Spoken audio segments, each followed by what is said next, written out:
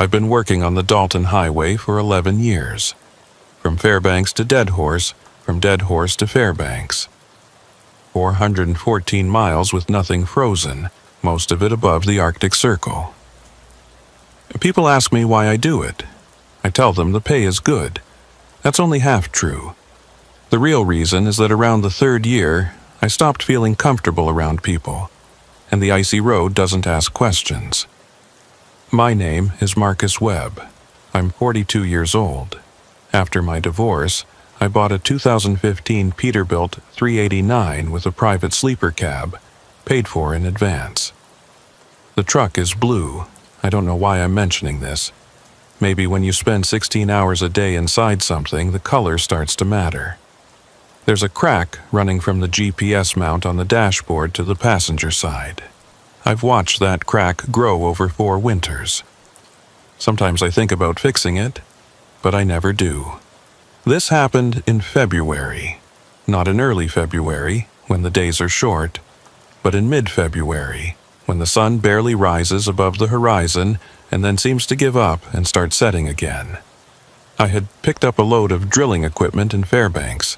Heavy stuff, the kind that makes the trailer groan on hills even when the road is dry. But the road wasn't dry. A storm had passed through 2 days earlier and the highway crew was still busy clearing the snowdrifts. I left the truck stop at 4 in the morning. The woman at the counter, Rita, had been there every time I passed through for the last 6 years. She said to me, "Weather's supposed to hold," she said, not looking at me. That's what they always say. She nodded. The fluorescent lights buzzed overhead, casting everything in that sickly yellow glow that makes even healthy people look like corpses. 2 other truckers sat in the corner booth, speaking quietly. I didn't recognize either of them. New guys, probably. They never lasted more than a season or 2. The ice road chews people up. I paid, left a tip I couldn't really afford, and walked back out into the cold. The temperature read -38 on the thermometer by the door. Felt colder. It always does when the wind picks up. I could see the Peterbilt waiting in the lot, exhaust pluming from the stack like dragon's breath. I'd left it idling. You never shut down in this cold unless you want to spend 3 hours with a Herman Nelson heater trying to coax your engine back to life. The driver's seat creaked when I climbed in. Everything creaks in this cold. Leather, plastic, metal, all of it contracts and moans. I pulled the door shut and felt that familiar sense of isolation settle over me. Just me and the road now. The way I liked it. I pulled out of the lot and headed north on the highway. The first 50 miles are almost normal. Regular highway, some traffic, occasional lights from buildings tucked back in the trees. Then you pass the Yukon River and everything changes. The trees thin out. The darkness gets thicker. The road becomes something else entirely. Mile marker 56 passed on my right. I'd seen it 1,000 times. The signs up here are simple. White numbers on green. The paint faded by wind and ice. Some of them have bullet holes. Board hunters probably, or drunks with rifles. I've never understood the appeal of shooting road signs, but then again, I've never understood most things people do. The heater was blowing hard, but the cab still felt cold. I reached over and adjusted the vent, directing it toward my feet. My boots were good. Baffin Titans, rated to -100. I'd paid $400 for them 3 years ago, and they were worth every penny. Frostbite doesn't care about your budget. Mile marker 60 slid past, then 65. The road was empty. I hadn't seen another vehicle since leaving Fairbanks. That wasn't unusual, especially this time of year, this time of day. The darkness pressed against the windows like something alive. My headlights carved out a tunnel of visibility, maybe 200 feet, no more. Beyond that, nothing. Just black. The radio crackled. I'd had it on low, tuned to the trucker's channel.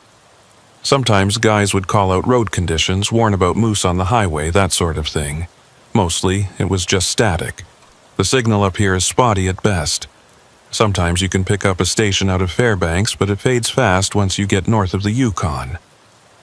Southbound at marker 89, black ice on the grades. The voice was distant, breaking up. I keyed the mic. Copy that. Northbound at 70. Conditions good so far. No response. I hadn't really expected one. I set the mic back in its cradle and focused on the road. The Dalton Highway isn't like other roads. It was built in the 70s to service the Trans-Alaska Pipeline, and that's still its primary purpose. It's not meant for civilians, though they allow it. It's a working road, a dangerous road. No cell service. No gas stations for 100 miles at a stretch. No guardrails on most of it. Just you and the permafrost and the certainty that if something goes wrong, you're probably going to die before help arrives. I'd seen 3 fatal accidents in my 11 years. 2 jackknifed trucks and 1 pickup that tried to pass on a blind curve and went head-on into a gravel hauler. I helped pull a body out of that one. The driver was a tourist from California, up here to see the northern lights. He saw something, all right, just not what he'd planned on. Mile marker 75 appeared in my headlights. The numbers glowed briefly, then vanished behind me. The road stretched ahead, endless and white.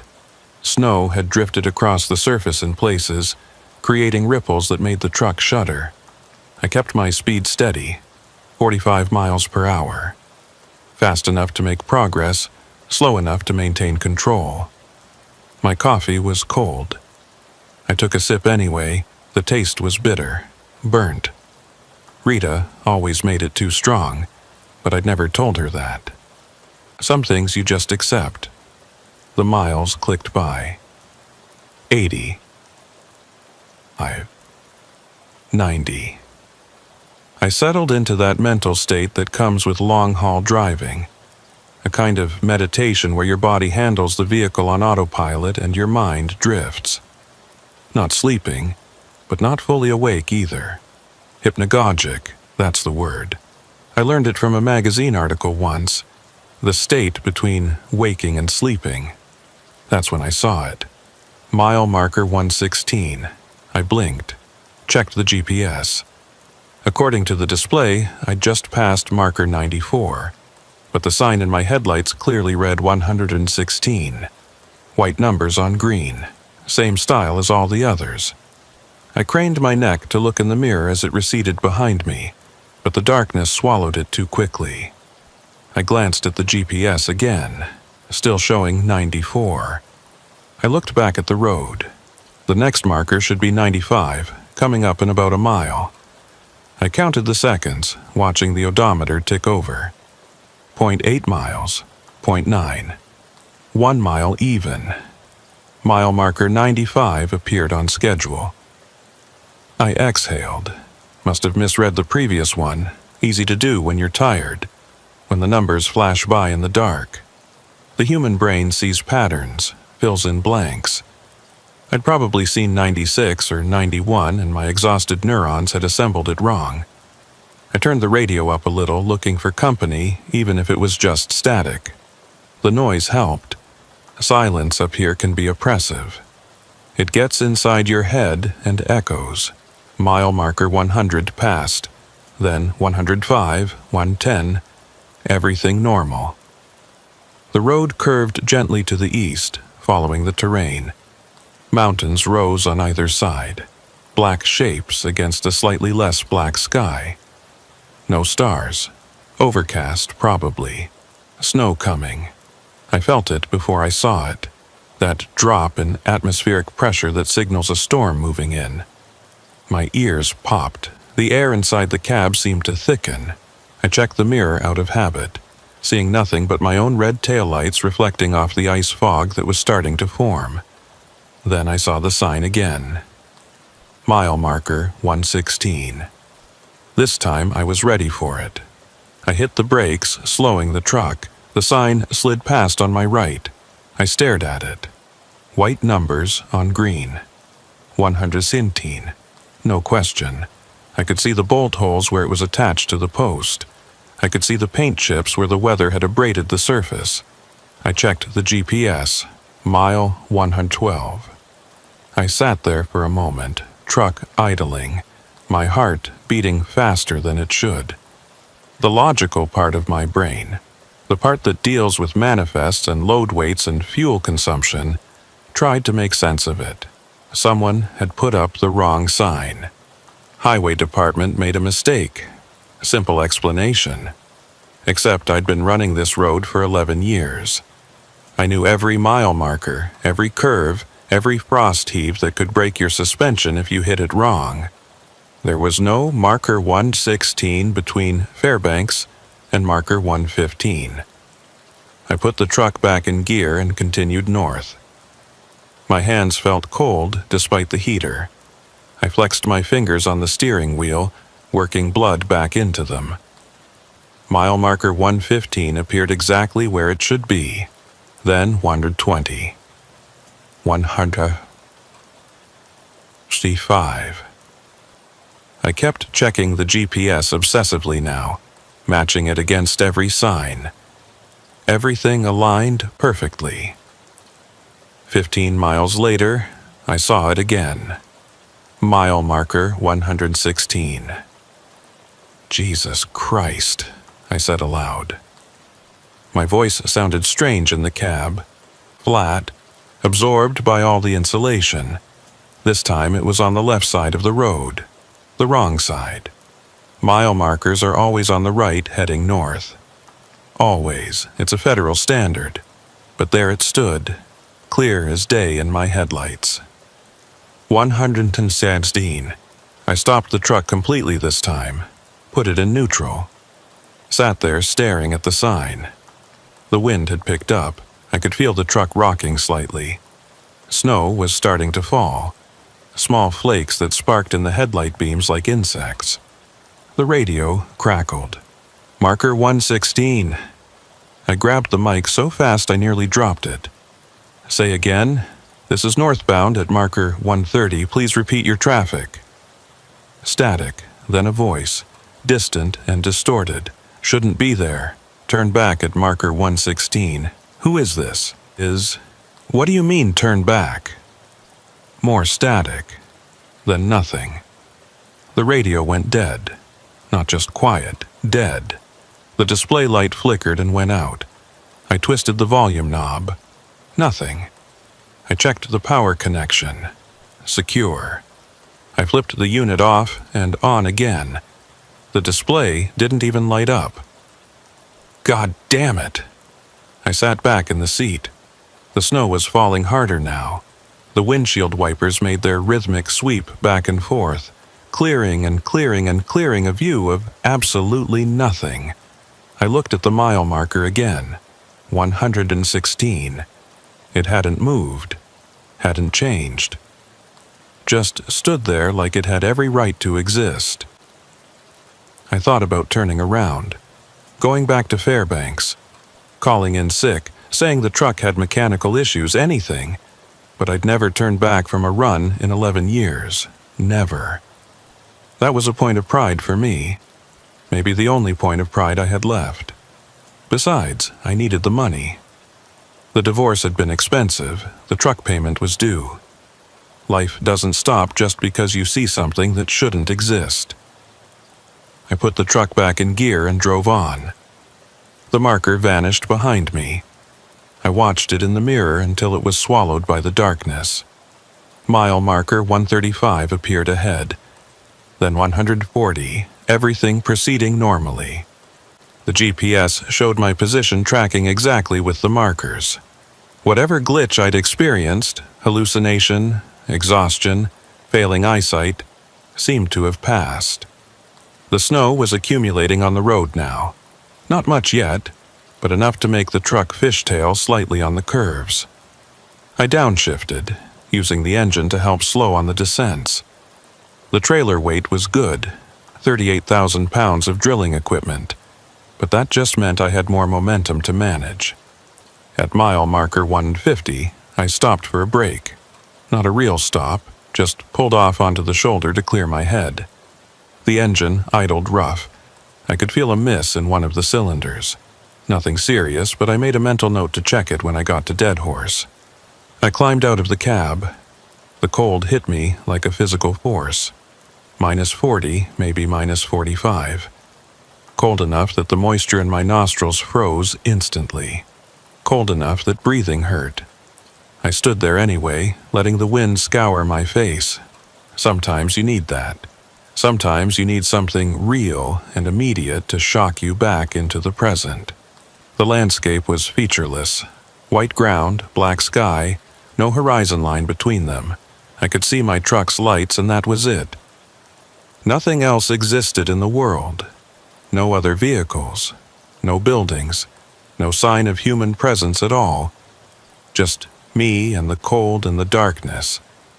I walked around the truck, checking the lights, the trailer connection, the straps holding the load. Everything secure. Everything as it should be. I was stalling, I realized. Stalling because I didn't want to get back in that cab and drive north and see that marker again. But I did. I climbed back in, pulled the door shut, and continued on. Mile marker 155, 160, 165. The snow was really coming down now. Visibility had dropped to maybe 100 feet. I turned the wipers up to maximum speed. They struggled to keep up. Ice was forming on the blades, reducing their effectiveness. I'd need to stop soon and clear them by hand. The heater was blowing full blast, but I was still cold. That deep, bone-level cold that no amount of external heat can touch. I turned up the fan. It didn't help. Mile marker 170 passed, then 175. I was making decent time despite the weather. At this rate, I'd reach Coldfoot by 8 a.m., Dead Horse by early evening. I'd sleep in the truck, unload in the morning, and be back on the road south by noon tomorrow. Routine, normal, the way things were supposed to be. Mile marker 116 appeared in my headlights. I didn't brake this time, didn't stop. Just kept driving, my knuckles white on the steering wheel. The marker slid past on the right. Exactly where it should be, except it shouldn't exist at all. I counted in my head. 10 seconds, 20, 30. I checked the GPS. Mile 178. I looked back at the road. Mile marker 116 was ahead of me again. No, I said. No, that's not possible. But there it was, getting closer with every second. I could see the numbers clearly now. 116, white on green, official highway department sign. This time I did stop. Pulled the truck to a halt right in front of the marker. Put it in park. Pulled the brake. Then I got out. The wind nearly knocked me over. It had picked up to maybe 30 miles per hour, driving the snow horizontally. I pulled my hood up and cinched it tight around my face. My breath crystallized instantly, hanging in the air like frozen ghosts. I walked up to the marker, put my hand on it. The metal was so cold it burned through my glove, but it was real, solid. I could feel the rivets that held the number plate to the post. Could feel the slight irregularity where the paint had chipped and been touched up. I looked back at my truck. The lights seemed very far away, like they were at the end of a long tunnel. The engine noise was muffled by the wind. I looked at the marker again, traced the numbers with my finger. 119. Then I noticed something I'd missed before. There was writing on the back of the sign, small letters scratched into the metal with something sharp. I leaned closer, trying to make them out in the dim light reflecting from my headlights. Turn back. That was all it said. 2 words, scratched deep enough that I could feel them with my glove. My chest felt tight. I realized I'd been holding my breath. I forced myself to exhale, to inhale, to breathe normally. It was just a sign, just metal and paint and bolts. It couldn't hurt me. Whatever was happening, Whatever malfunction in my perception or reality was occurring, a road sign couldn't hurt me. I walked back to the truck, climbed in, sat there for a moment with my hands on the wheel. The radio crackled to life. I actually jumped in my seat. The display lit up, showing the channel number. Static hissed from the speaker. Then a voice. "Marcus?" I stared at the radio. It knew my name. The voice knew my name. "Marcus, you need to turn around." "Who is this?" My voice came out as a whisper. "You're not supposed to be here. Not past marker 116. Turn back while you still can." "What are you talking about? Who the hell is this?" The static increased. The voice faded in and out. "Not safe. The road doesn't go where you think. Where does it go? Nowhere. Nowhere at all." The radio went dead again. Display dark. Speaker silent. I tried the power button. Nothing. I looked out at the road ahead. Snow and darkness. That was all. But now it seemed different somehow. Wrong. Like the road itself was a lie. A line drawn across nothing that might vanish at any moment. I checked my fuel gauge. 3/4 of a tank. Plenty to get to Dead Horse, plenty to turn back to Fairbanks if I wanted to. I looked at the GPS. Still showing mile 178, my position a blue dot on the thin red line of the highway. I looked at the mile marker through the windshield. 116. I sat there for 5 minutes, maybe longer. The snow piled up on the hood. The wipers kept sweeping it away from the windshield. The engine rumbled, everything mechanical and normal and real. Finally, I put the truck in gear. I drove forward. The mile marker receded behind me. I watched it in the mirror until I couldn't see it anymore. Then I looked ahead. The road stretched out, white and endless. Mile marker 180 appeared. Then 185. Everything was fine. Everything was normal. Except I couldn't shake the feeling that something had changed. That by passing that marker, by ignoring the warning, I'd crossed some invisible threshold. The road looked the same. The truck felt the same. But something was different now. The darkness seemed darker. The cold seemed colder. Mile marker 190 passed. My hands were shaking on the wheel. I told myself it was just the cold, just the adrenaline wearing off. The GPS showed my position at mile 192. I kept driving north, into the storm, into the darkness. Because that's what I do. That's what I've always done. I'm a long-haul trucker on the Dalton Highway. I run north to Dead Horse. I don't turn back. But as mile marker 195 appeared in my headlights, I realized I'd made a mistake. The numbers were backwards. The numbers were backwards. Not upside down. Not distorted. Backwards. Like I was reading them in a mirror. 195, but the digits were reversed. Wrong. Impossible. I blinked hard. Rubbed my eyes with one hand while keeping the other on the wheel. When I looked again, the marker was normal. 105, the way it should be.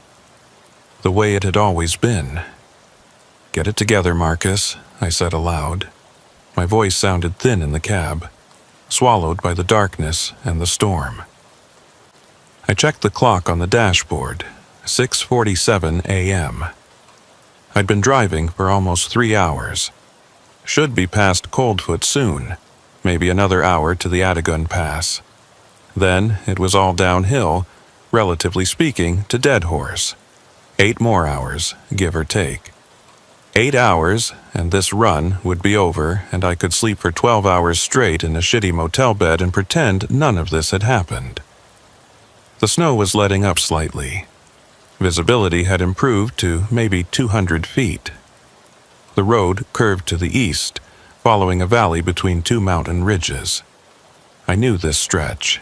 The terrain funneled the wind here, creating drifts that could bury a truck in hours. The highway department kept a grader stationed nearby during winter, but I hadn't seen any sign of recent plowing. The road surface was rough, corrugated with packed snow and ice. Mile marker 200 passed, then 205. I counted them obsessively now, matching each one against the GPS. Everything aligned, everything normal. My breathing had almost returned to normal. The shaking in my hands had stopped. I was starting to convince myself that the whole thing had been exhaustion. Sleep deprivation playing tricks. I'd been pushing too hard lately, taking too many runs without proper rest. The human brain does strange things when deprived of sleep, creates patterns where none exist, sees threats in shadows. At mile marker 210, I passed another truck heading south. Just a glimpse of lights through the snow, then it was gone. But it was enough. Proof that the world was still normal, still functioning according to the usual rules. Other trucks meant other drivers, other people. I wasn't alone out here, except I felt alone. More alone than I'd ever felt in 11 years of running this road. The radio stayed dead. I tried it a dozen times, cycling through channels, checking connections. Nothing. Not even static. Just silence. That bothered me more than I wanted to admit. The radio was my lifeline out here. My connection to other drivers, to civilization, to the assurance that someone would know if I went off the road or jackknifed or broke through the ice on one of the river crossings. Mile marker 215. The road began to climb. I downshifted, letting the transmission take some of the load. The engine groaned. That miss in the cylinder was getting worse. I could hear it now, a slight stutter in the rhythm. Nothing critical, but it added to the growing sense of wrongness. The temperature gauge showed -42. Cold enough that my breath would freeze solid if I exhaled too hard. Cold enough that exposed skin would develop frostbite in less than 5 minutes. I adjusted the heater vents again, a useless gesture. The cab felt like a meat locker. At mile marker 220, I saw the lights. They were behind me, distant but closing fast. Headlights in my mirrors growing larger. Another truck, pushing hard to make up time. I moved over slightly, giving them room to pass. The road was barely wide enough for 2 vehicles, but drivers up here knew how to thread the needle. The lights kept coming. Getting closer, I could see them clearly now. The high beams and running lights of a heavy truck. Big rig, probably a Kenworth or Freightliner. Coming up fast. Too fast for these conditions. "Slow down, you idiot," I muttered. The lights filled my mirrors. They had to be right on my bumper now. I couldn't see anything but glare. I flashed my brake lights, a warning. The other truck didn't slow down. Then it pulled alongside me. I glanced over, trying to see the driver. But the other cab was dark. No interior lights, no silhouette visible. Just a black rectangle moving beside me, matching my speed exactly. We ran parallel like that for maybe 30 seconds, side by side on a road barely wide enough for one vehicle. I kept waiting for the other truck to either pass or fall back. It did neither, just stayed locked in position next to me, like we were tethered together. I tapped my brakes, slowing slightly. The other truck slowed too, maintaining that exact distance. I sped up, so did they. My heart was hammering now. This wasn't right, wasn't safe, wasn't possible on this narrow road in these conditions. I hit the horn, a long blast. No response from the other truck. Then, slowly, it began to drift closer, angling toward me. I saw the trailer starting to overlap with my lane. If they kept coming, we'd collide. At this speed, with this load weight, a collision would send both trucks off the road, probably kill both drivers. "What the hell are you doing?" I shouted, knowing they couldn't hear me. The other truck kept drifting. 10 feet away. 8. 6. I jerked the wheel to the right, pulling onto the shoulder. My tires hit the deep snow and the truck lurched. The trailer started to fishtail. I fought for control, counter-steering, feathering the brakes. The truck slewed sideways, engine screaming. For a moment I thought I was going to jackknife, going to roll, going to end up buried in a snowdrift with a crushed cab and no radio to call for help. Then the tires caught. The truck straightened. I bounced back onto the pavement, breathing hard, my pulse pounding in my ears. I looked in the mirror. The road behind me was empty. No lights, no other truck, just darkness and falling snow, like it had never been there at all. I kept the speed down for the next mile, my hands locked on the wheel. My heart was still racing. Adrenaline made everything seem hyper-real, every sound amplified, every shadow suspicious. At mile marker 225, I pulled over completely. Just stopped the truck on the shoulder, engine idling, and sat there. My hands were shaking again. I gripped the wheel until my knuckles ached, trying to make them stop. It didn't work. I climbed into the sleeper cab. I needed to lie down, just for a minute, just to catch my breath and let my heart rate return to normal. The bunk was narrow and hard, the blanket thin. I lay there fully clothed, staring at the ceiling. The truck rocked in the wind. I could hear it howling outside, a steady shriek that rose and fell. Snow hissed against the windows. The engine rumbled. Normal sounds. Familiar sounds. I closed my eyes. I don't know if I slept, maybe for a few minutes, maybe not at all. That hypnagogic state again, suspended between conscious and unconscious. My mind drifted.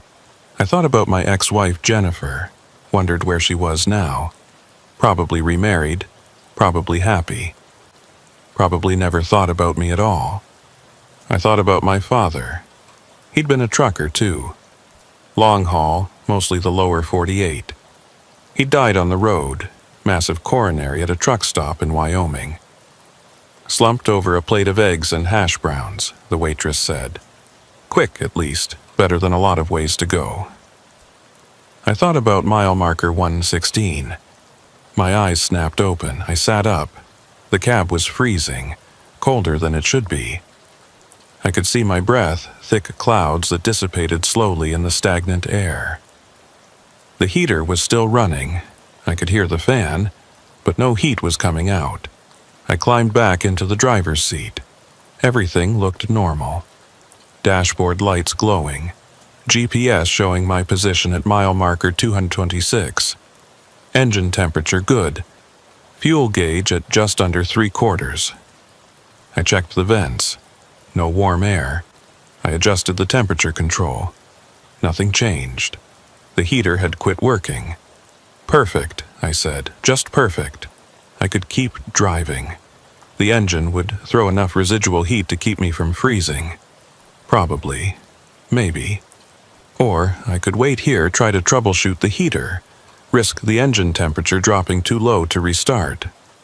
Neither option was appealing. I put the truck in gear and pulled back onto the road. Mile marker 230 appeared. The road was climbing steadily now. I was approaching the foothills of the Brooks Range, the final major obstacle before Dead Horse. The terrain here was brutal. Steep grades, tight switchbacks, avalanche zones. In good weather, it was challenging. In this storm, it was potentially lethal. I kept the speed down, 25 miles per hour, sometimes less. The trailer swayed behind me, 40,000 pounds of drilling equipment trying to drag me backwards on the climbs, trying to push me forward on the descents.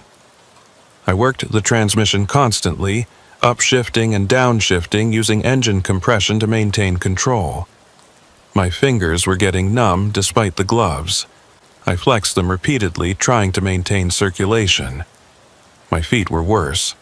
I couldn't feel my toes anymore. That was bad. That was frostbite territory. At mile marker 235, the GPS flickered. Just a brief disruption, the screen going black for a second before coming back. But my position had changed. According to the display, I jumped ahead to mile marker 245. "No," I said. "No, that's wrong." I looked out at the road. Mile marker 235 was receding behind me. I was at 235, not 245. The GPS was malfunctioning, except when I checked my fuel gauge, it showed I'd used more fuel than I should have at mile 235. The math didn't work unless I'd actually covered 50 miles since Fairbanks. The GPS flickered again. This time it showed mile marker 116. I stared at it. The little blue dot on the screen, positioned at marker 116. But I was past 235. I knew I was past 235. I'd seen the markers, counted them. The screen flickered once more and went dead. Just black. No backlight, no display, nothing. God damn it! I slammed my palm against the dashboard. The impact sent a jolt of pain up my arm. The GPS stayed dark. I was driving blind now. No radio, no GPS, just the markers and my memory of the road. I'd done this route so many times I could probably drive it with my eyes closed. But that was in normal conditions, not in a storm, not with my heater dead and my core temperature dropping. I should turn back. The thought came clear and insistent. Turn around, head back to Fairbanks, get the truck serviced, get warm, live to drive another day. But I couldn't. Something wouldn't let me. Some stubborn core of pride or stupidity or simple inertia. I'd never turned back. Not once in 11 years. I wasn't going to start now. Mile marker 240 appeared. Then 245. The numbers reassured me. Solid. Real. Proof that I was still moving forward. Still making progress. The road leveled out briefly. I was on a plateau between ridges. The wind hit the truck broadside here, shoving it sideways. I corrected. Overcorrected. Corrected again. The steering felt loose. Something in the linkage was wearing out. Add it to the list of problems. In the distance I saw lights. Not vehicle lights, structure lights. The pale orange glow of sodium vapor lamps.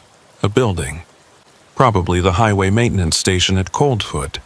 Civilization. Warmth. Help. I pushed the accelerator down slightly, picking up speed. The lights grew closer. I could see the outline of buildings now. Several structures clustered together. The maintenance station, a small store, maybe a restaurant. Mile marker 250 passed. The lights were maybe a mile ahead now. I'd be there in 3 minutes. I could stop, get warm, call someone to look at the heater, maybe even sleep in a real bed. The lights went out. All of them, simultaneously, like someone had thrown a switch. One moment they were there, the next moment, darkness, complete and total. I kept driving. Maybe it was just a power failure. Happened all the time up here. The buildings would still be there. Someone would have a generator. Mile marker 255 appeared in my headlights. Where the buildings should have been, there was nothing. Just empty road. Empty land. Empty darkness.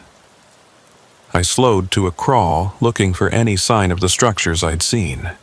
Tire tracks, disturbed snow, anything. There was nothing. The road stretched ahead, unmarked and pristine. I stopped the truck, got out, walked forward into my headlight beams. The cold seized me immediately.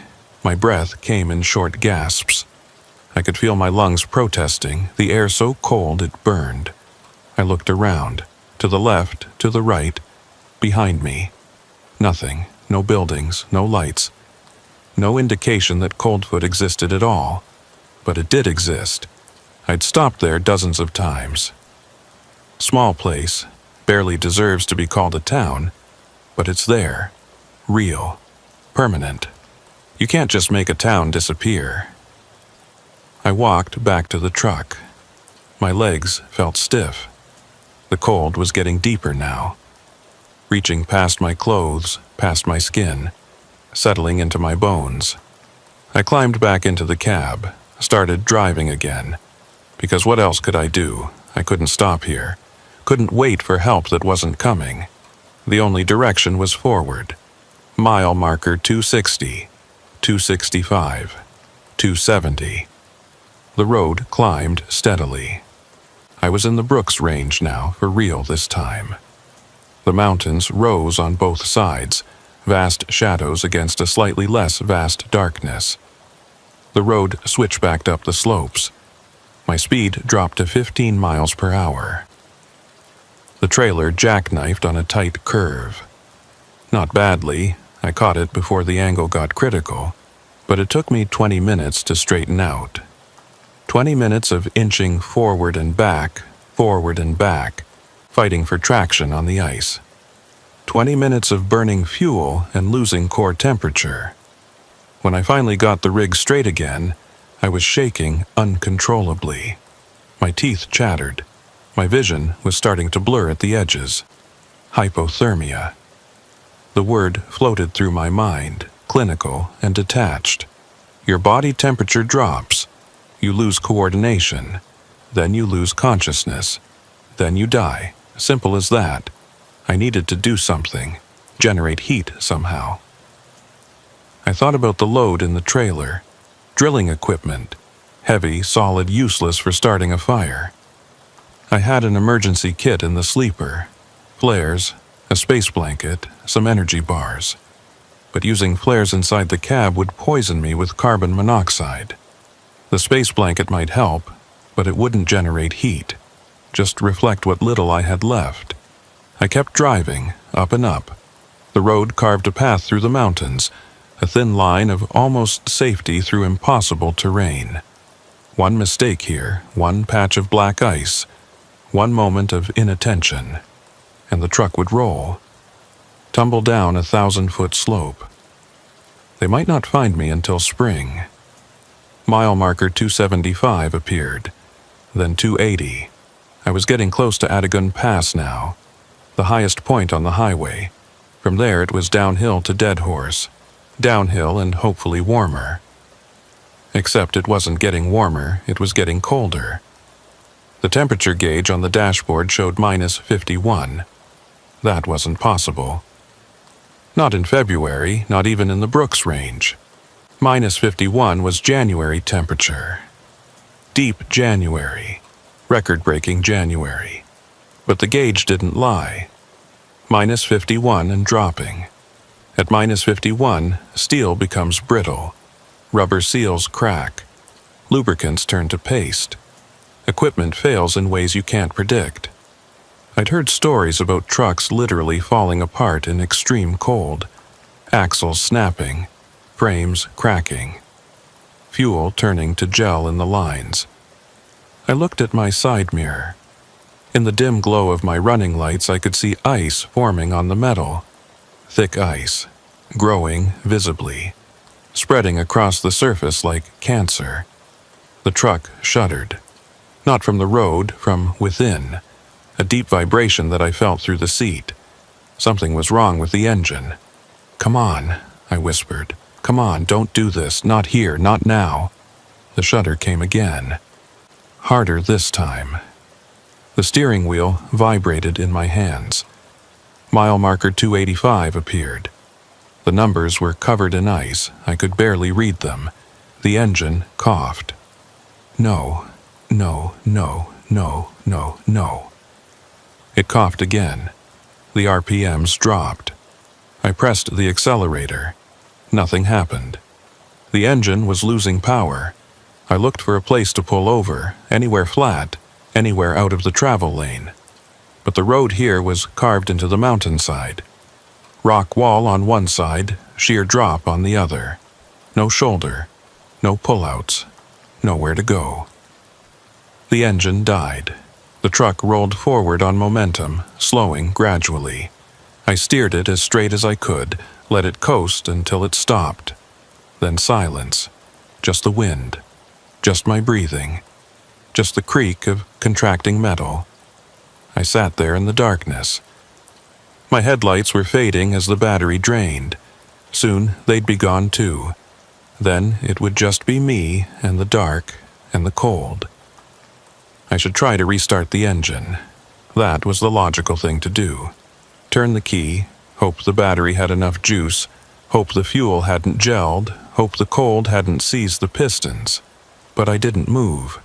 I just sat there watching my breath form clouds in the dimming light, feeling the cold press closer with every second. That's when I heard it. Footsteps, crunching in the snow. Slow, deliberate, coming closer.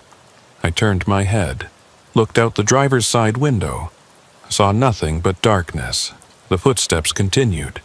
Crunch, crunch, crunch, rhythmic, patient. They stopped right outside my door. I held my breath. Didn't move, didn't make a sound. Someone knocked on the window. 3 times, slow, deliberate. Knock, knock, knock, knock. I looked at the window, saw only my own reflection in the dark glass. And something else. A handprint, on the outside of the window, pressed against the glass, but backwards, like someone inside the cab had pressed their hand against the window from my side. The handprint began to frost over, ice crystals spreading outward from the palm, from the fingers, growing, covering the entire window. The temperature gauge showed -63. The footsteps walked away. Crunch, crunch, crunch, moving toward the back of the truck. I heard my trailer door open. Not unlock, not break. Open, like someone had the key, like someone belonged there. I sat frozen in the driver's seat. The cold had seeped so deep into me now that I barely felt it anymore. That was bad. That meant I was past shivering, past the point where my body could generate heat. I was just cold now, a cold thing in a cold place. The footsteps crunched around the back of the trailer. I heard the sound of metal on metal. Someone, something, was moving my cargo. I could hear the drilling equipment shifting, scraping against the trailer floor. Heavy objects being moved as if they weighed nothing. I should get out, check on my load. That was my responsibility. I'd signed for that equipment. If it got damaged, stolen, whatever, it was on me. But I didn't move. Couldn't move. Every instinct I had screamed at me to stay inside the cab. Lock the doors. Don't look. Don't engage. Pretend it wasn't happening. The noises from the trailer continued for maybe 5 minutes, then stopped. Silence. The footsteps crunched back toward the front of the truck, past the driver's door, kept going forward into the darkness ahead. I waited. 10 seconds, 20, 30. The footsteps didn't come back. I tried the ignition, turned the key with stiff, numb fingers. Nothing. Not even a click. The battery was dead, or the cold had seized the engine, or something else had failed in ways I couldn't diagnose or repair. I was stuck. Mile marker 287, according to the last sign I'd seen. 27 miles past marker 260, where Coldfoot should have been but wasn't. Maybe another 20 miles from Adigan Pass. Another 80 beyond that to Dead Horse. Impossible distances. Might as well be light years. I climbed into the sleeper cab, found the emergency kit. The space blanket was there, folded into a compact square. I shook it out, wrapped it around my shoulders. It crinkled and rustled, made me feel like a baked potato. The material was thin, almost nothing, but it reflected body heat, assuming I had any body heat left to reflect. I found the energy bars, ate one even though I wasn't hungry. Fuel for the body, keep the metabolism running, stay alive. The flares were there too, 3 of them. Road flares, the old-fashioned kind that burned with a bright red flame. They'd provide light and heat, for maybe 15 minutes each. and then they'd be gone, and I'd be in the dark again. I decided to save them. Wait until I absolutely needed them. Wait until the cold got so bad that I had no other choice. I wrapped the space blanket tighter and lay down on the bunk. Tried to think. Tried to make a plan. Wait for another truck to come by, flag them down, get a ride. Simple. Except I hadn't seen another vehicle since that phantom truck that had tried to run me off the road. How long ago was that? An hour? 2? Time was getting slippery, hard to track. Walk, I could walk. Dead Horse was maybe 100 miles north. I could make that, 1 foot in front of the other. Keep moving. Generate heat through motion. Except at minus 60+ degrees, I'd be dead in an hour. Probably less.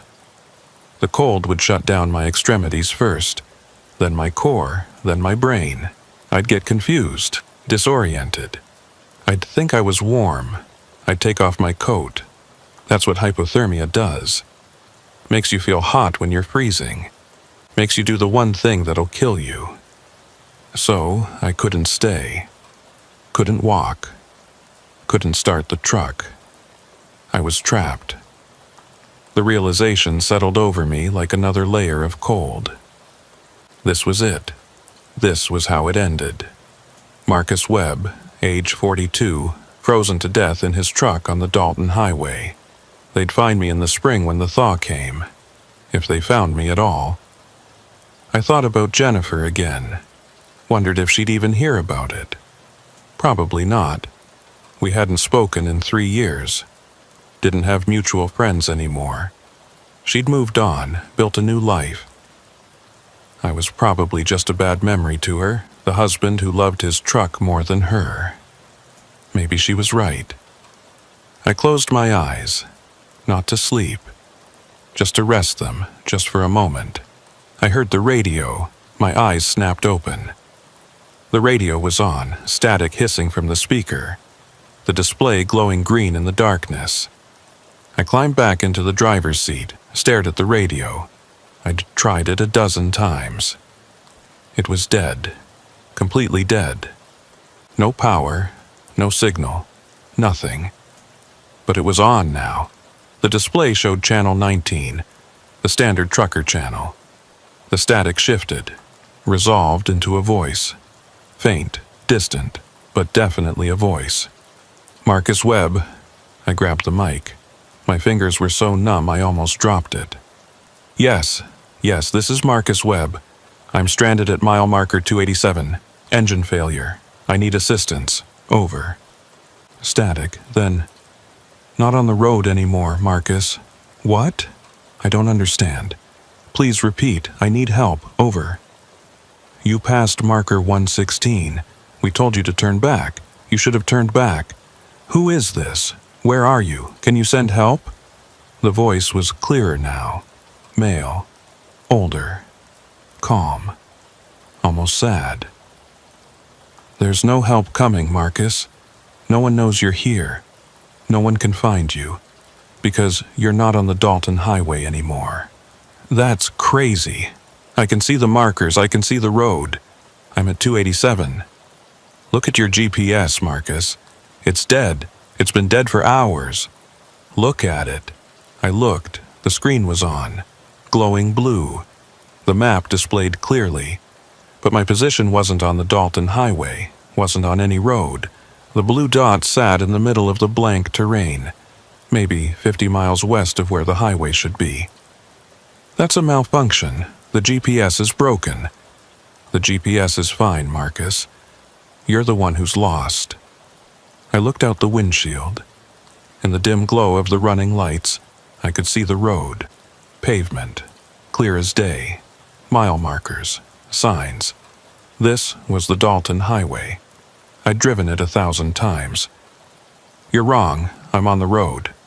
Are you? I opened the door, climbed out. The cold hit me, but I barely felt it anymore. Everything was numb. I walked forward into the headlight beams. The road was there. I could see it. Pavement stretching ahead into the darkness. I walked to where the white line should be. Looked down. Snow, unbroken snow.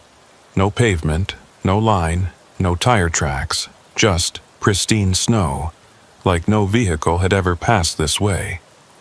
I turned around, looked back at my truck. It was sitting in the middle of nowhere, no road beneath it, just tundra, frozen ground. The truck's tires had left tracks in the snow, but the tracks didn't follow a road. They wandered, curved, doubled back, made no sense. I walked toward the truck, following my own footprints. Except they weren't going back to the truck. They were going away from it, leading off into the darkness. I stopped, looked at the footprints, then at the truck, then back at the footprints. They split, 2 sets, one going to the truck, one going away. But I'd only walked one direction. "This isn't real," I said aloud. My voice sounded strange, too loud, too clear. "It's as real as anything else," the radio said. I could hear it from inside the cab, even though I was 20 feet away. "You just can't see it clearly anymore, not after you passed marker 116. I walked back to the truck, climbed in, shut the door. The space blanket crinkled around me. "What is marker 116? I asked the radio. "A warning, a threshold, a place where the road stops being a road and becomes something else." "That doesn't make sense." "No, it doesn't. But that doesn't make it any less true." I looked at the temperature gauge. -72. The needle was buried at the bottom of the dial. "Am I going to die here?" The radio was quiet for a long moment. Then, "Everyone dies, Marcus. The question is where, and when, and how." That's not an answer. It's the only answer I have. The radio went dead. Display dark. Speaker silent. I tried the power button. Nothing. I sat there in the darkness, in the cold, alone. Then I heard it again. The footsteps, crunching in the snow. Multiple sets this time, coming from different directions, approaching the truck. They stopped, all around me. I could hear breathing, not human breathing, too slow, too deep, like bellows pumping air. Someone knocked on the driver's door, then the passenger door, then the back wall of the cab. 3 knocks each, slow, deliberate. Knock, knock, knock. I didn't answer, didn't move. The breathing continued, patient, waiting. I thought about the flares. I could light one, see what was out there, know what I was dealing with. But part of me didn't want to know. Part of me understood that some things are better left unseen, that some knowledge doesn't help, only hurts. The breathing faded. The presence, whatever it was, moved away. I heard the footsteps crunch off into the distance. I waited for my heart to slow down. It didn't. I ate another energy bar, drank some water from a bottle in the sleeper. The water was nearly frozen. Ice crystals floated in it. I drank it anyway. I thought about my father, his last drive, that truck stop in Wyoming. I'd always wondered if he knew, if he felt it coming. That moment when your heart decides it's done, when it just stops and everything ends. Did he have time to be afraid? Or did it happen too fast? I hoped it was fast. I checked my watch. The digital display was dead. Frozen. Stopped at 8:23. No idea if that was AM or PM. No idea how long I'd been stranded. I wrapped the space blanket tighter and lay back down. Closed my eyes. Tried to sleep. Tried to dream about somewhere warm. Instead, I dreamed about mile marker 116.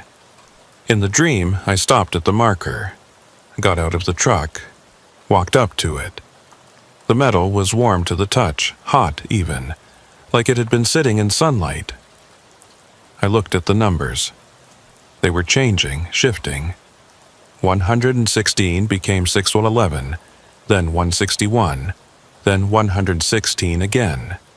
flickering between configurations. I looked at the back of the sign.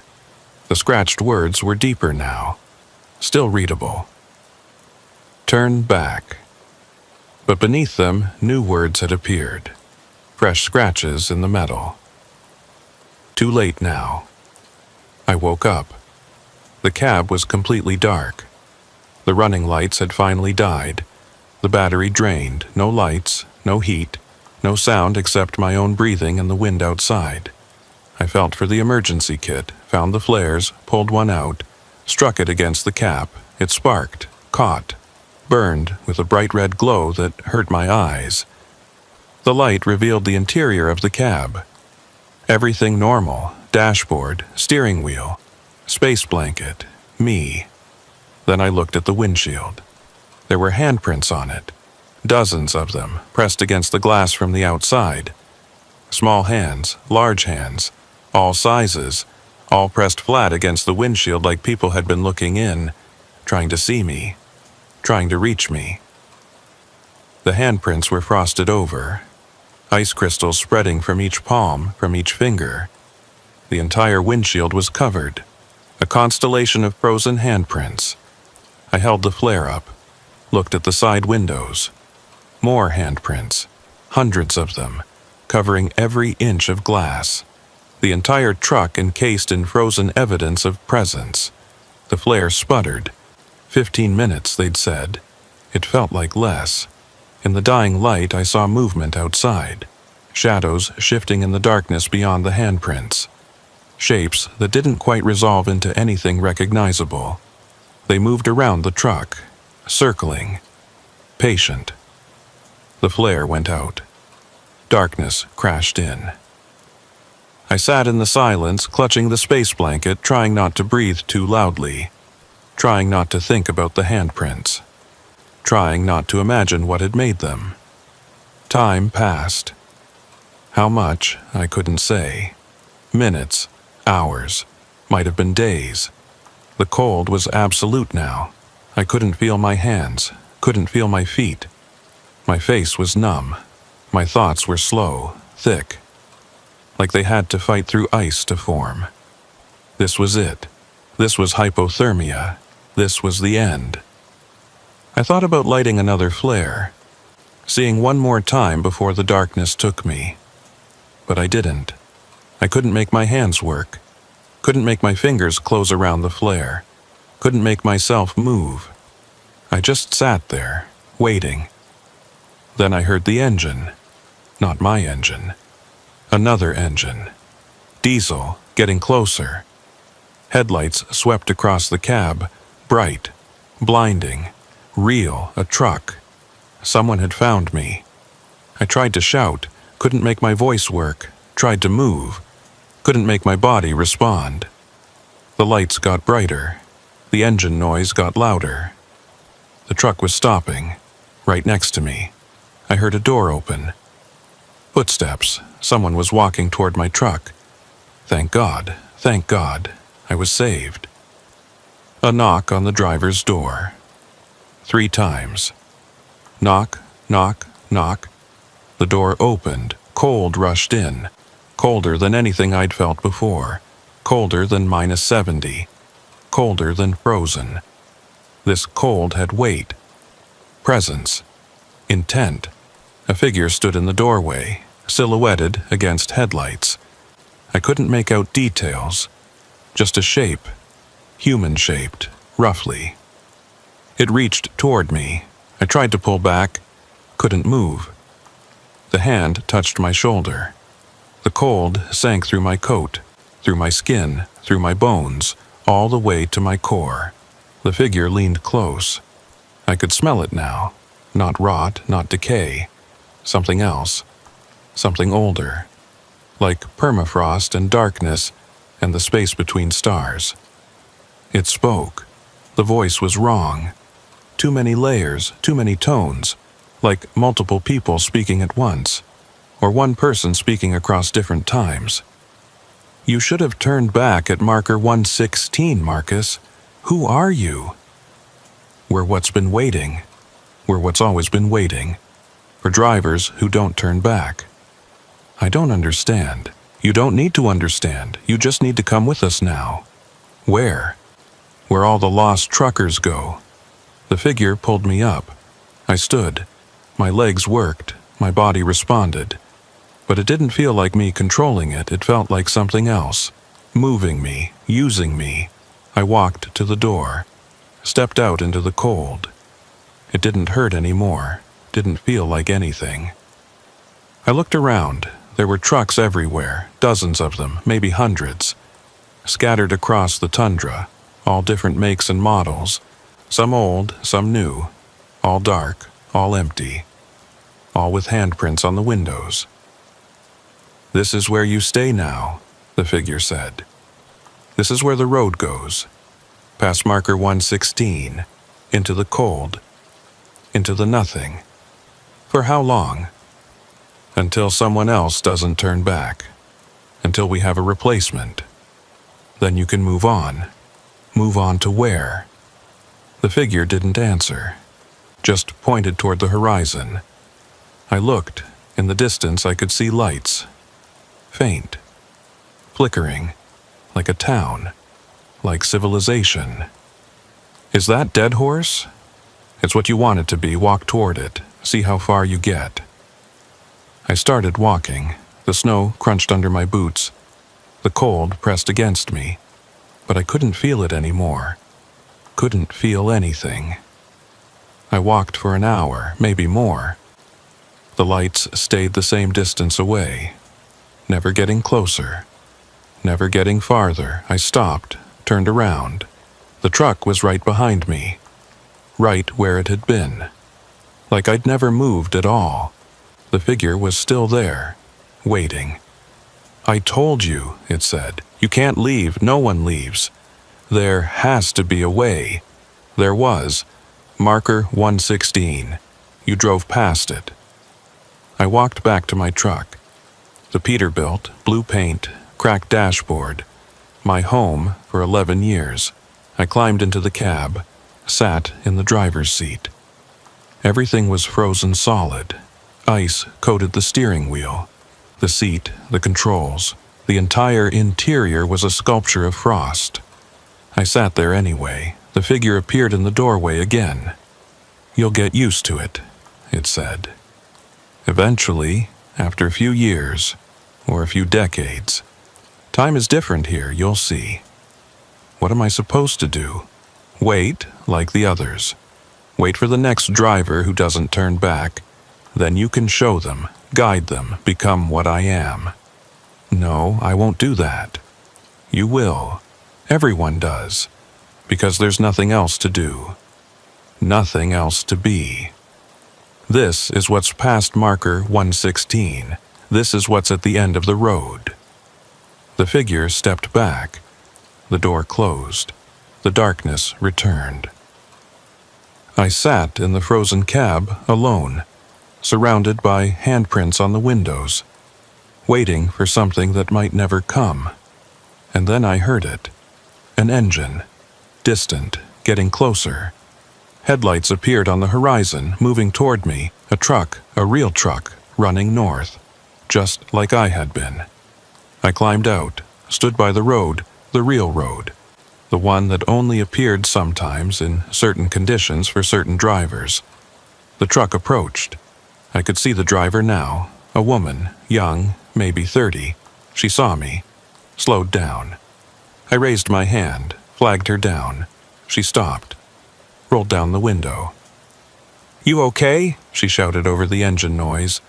I wanted to warn her, wanted to tell her to turn back, wanted to say that the road ahead wasn't a road anymore, that marker 116 was waiting, that she needed to go south while she still could. But I didn't. Instead, I heard myself say, "Yeah, I'm fine, just checking my load. You heading to Dead Horse?" "Yeah, long haul from Fairbanks. Weather's supposed to get worse. You might want to push through. Don't stop if you can help it." "Will do, thanks." She rolled up the window, started to pull away. Then she stopped, rolled the window down again. "Hey, did you see a mile marker back there? 116? My GPS is acting weird. Says I'm at 116, but I just passed 215. I felt something cold settle into my chest. Not the cold of temperature, something else. Something worse. No, I heard myself say. Haven't seen anything like that. GPS up here is always glitchy. I wouldn't worry about it. Okay, thanks. Stay warm out here. She drove away. I watched her taillights disappear into the darkness. Then I walked back to my truck, climbed into the frozen cab, sat in the frozen seat, waiting, because that's what you do here. Past marker 116. In the cold, in the nothing. You wait for the next driver who doesn't turn back, and then you become the thing that guides them here. I've been here 11 years, or maybe 11 hours, or maybe 11 minutes. Time doesn't work the same way past marker 116. Sometimes I think it doesn't work at all. I know my name is Marcus Webb. I know I drove a blue Peterbilt. I know I had a wife named Jennifer who left me because I loved the road more than her. These facts sit in my head like stones, heavy, solid, but distant, like they belong to someone else. I watch the other drivers sometimes, the ones who stopped here before me. There are hundreds of them, maybe thousands. They wander between the trucks. Sometimes they try to start their engines. The sound echoes across the tundra. Click, click, click, click. But nothing catches. Nothing runs. The cold is too deep. The distance is too far. Some of them talk to each other. Quiet conversations that I can almost hear if I listen hard enough. They discuss routes they remember, loads they carried, truck stops where the coffee was good, normal things, human things, as if saying them enough times will make them real again. I don't talk to them. I don't know why. Maybe because talking would make this real, would make this permanent. As long as I stay quiet, I can pretend I'm just taking a break, just pulled over for a rest. Soon, I'll start the engine and drive north to Dead Horse, and everything will be normal. Except the engine doesn't start. Hasn't started in 11 years or 11 hours or however long I've been here. The handprints on my windows are permanent now. The ice has fused to the glass.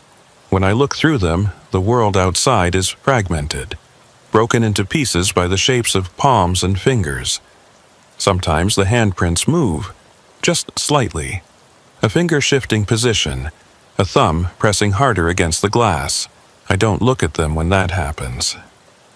I've tried walking out, following the lights on the horizon. I've tried it maybe 100 times. The lights never get closer. The distance never changes.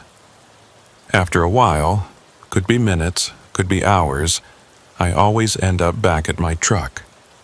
Like the walk never happened. Like the distance between here and there doesn't really exist. There's a guy in a Kenworth parked about 50 yards from me. I see him sometimes, sitting in his cab, staring at his steering wheel. He's been here longer than me. I can tell by the ice. It's grown up the sides of his truck like crystal trees. Eventually, I think, the ice will cover everything. Will bury all of us. And we'll be part of the landscape. Part of the frozen nothing. I wonder if that would be better. If being fully consumed by the cold would be a kind of release. If the ice would let me stop waiting. Because waiting is all there is here. Waiting for the next driver. Waiting for the chance to pass this on. That's what the figure told me. That's the rule. You stay until someone else doesn't turn back at marker 116. Then they take your place. Then you can move on. Except I've seen drivers come through. Lots of them. And I've tried to warn them. Tried to tell them to turn back. But the words don't come out right. They twist. They become something else. Become directions instead of warnings. Become the very thing that leads drivers past marker 116 instead of away from it. I hate that. Hate what I've become. But I can't stop. Can't change it. The cold has its hooks in me now. Deep. Permanent. There's a new driver coming now. I can hear the engine, can see the headlights cutting through the darkness. A southbound truck this time, coming from Deadhorse, heading back to Fairbanks. The truck slows. The driver is probably checking his GPS, probably seeing something wrong, probably wondering why the display shows him 20 miles off the road when he's clearly on the highway. I climb out of my cab, stand by the road. The real road. The one that appears and disappears. The one that only exists for certain drivers in certain moments. The truck stops. The driver rolls down his window. He's older than me, maybe 60. Gray beard. Tired eyes. "Hey, you seen mile marker 116 around here?" he asks. I want to scream. Want to grab him by the collar and tell him to drive. Just drive. Don't stop. Don't ask questions. Get as far from here as possible. But I don't. I can't. The cold is in control now. "Yeah," I hear myself say. "It's about 3 miles north, but the road's tricky up there. Lots of drifts. You might want to take it slow." He nods. "Thanks. My GPS is going crazy. Keeps jumping around." It does that up here. Magnetic anomalies. Something about the permafrost. Makes sense. Well, I better get moving. Storm's coming in. He starts to pull away, then stops. Rolls the window down again. "You look cold, man. You got heat in your truck?" "Yeah, it's fine. Just checking my load." "Okay, be careful out here." He drives away. North, toward marker 116. Toward the warning he won't heed. Toward the choice that isn't really a choice anymore. I watch his taillights disappear. Then I walk back to my truck. Climb in. Sit down. The handprints on the windows shift. Just slightly. Like they're making room for one more. I wonder how many drivers have sat in this cab. How many have waited here in this exact spot, staring through frosted glass at a frozen world. How many have told themselves it's not real. It's just exhaustion, just cold, just the isolation of the ice road playing tricks. I used to count the days, made marks on the dashboard with my knife. But the marks kept disappearing, or multiplying. The numbers stopped making sense. So I stopped counting. I used to think about Jennifer, about our house in Tacoma, about the garden she loved, about the way she'd look at me when I came home from a run, like she was checking to make sure I was still the man she married.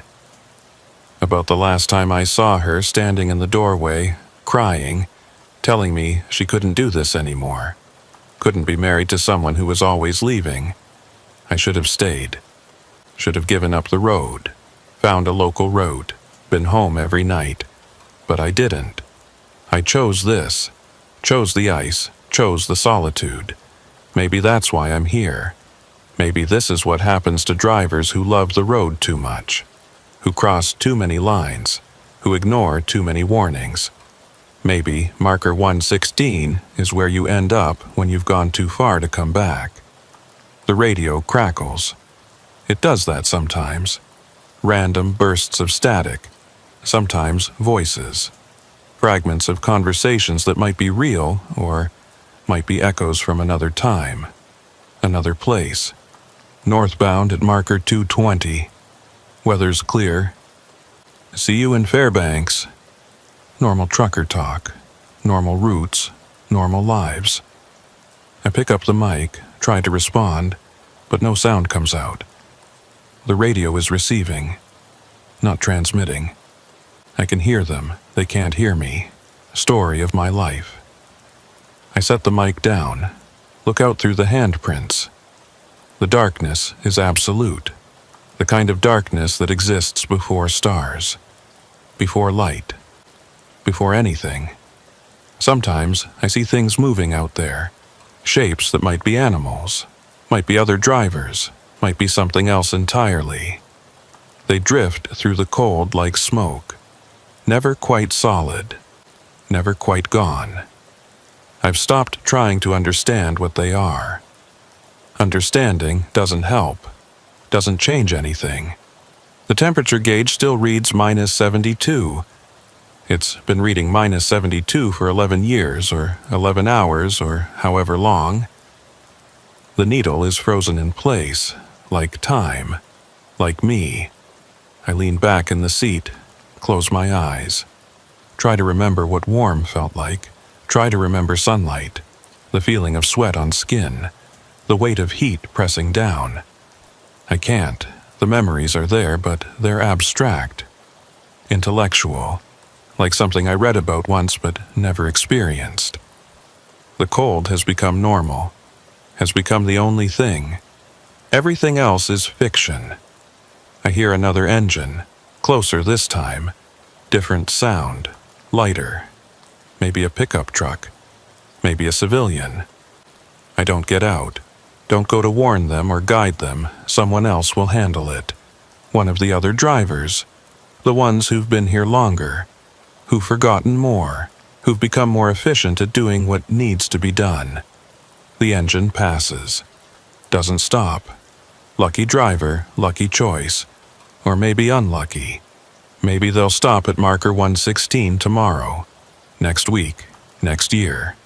The marker waits. Patient, permanent. Everyone passes it eventually. I open my eyes, look at the dashboard, at the crack running from the GPS mount to the passenger side. I've watched that crack for 11 years, watched it grow, watched it spread. It's covered in ice now, filled with frost, but it's still there, still the same crack, still proof that this truck, this life, was real once. I used to care about that. Used to need that proof. Now I'm not sure why. The handprints on the windshield shift again. More pronounced this time. Fingers spreading, palms pressing harder, like whatever made them is trying to get in, or trying to get out. I don't look, don't acknowledge, don't give it the power of attention. That's the trick I've learned. Don't engage, don't respond, just sit. Just wait. Just endure. Eventually, and it might be years, might be seconds, eventually someone will take your place. Eventually, you'll be released. Eventually, you'll get to move on to whatever comes after this. At least, that's what the figure told me, what it promised. But I haven't seen it since that first night. First day. First moment. And I'm starting to think maybe it lied. Maybe there is no eventually. Maybe this is permanent.